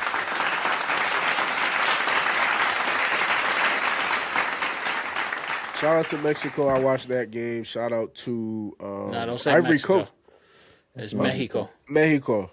Yeah, my mother-in-law got on my ass about that. Muscusi. I watched Ivory Coast beat Ecuador. That was cool. Ivory Coast got some young bulls. There was a couple other matches that I watched. There was one, I forgot who it was. It was the first week. But anyways, World Cup has been awesome. Now let's get to what we're here for. The final portion of the show.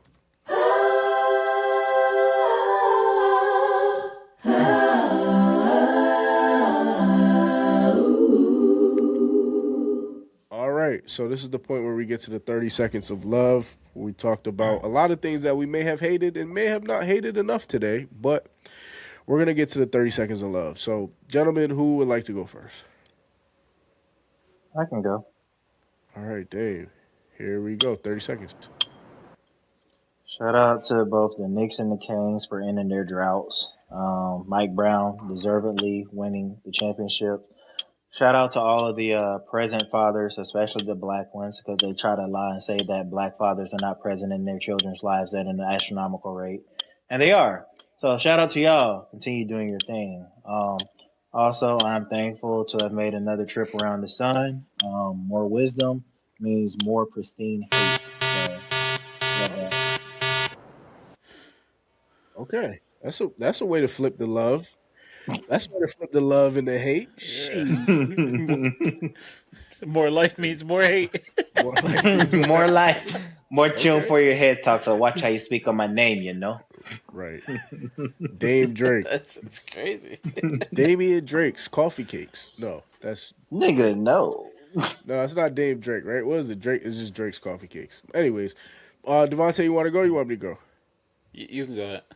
All right. So my 30 seconds of love goes to the Chicago White Sox. Right. So baseball's coming up. Time to pay attention to it. Last year, the Chicago White Sox were at the bottom of the division. They won 60 games. This year, they won 38. They're 38 and 32, and they lead the AL Central. They beat the Guardians, Twins, Royals. They're tied for fourth in the AL, and they're ranked seventh in the MLB.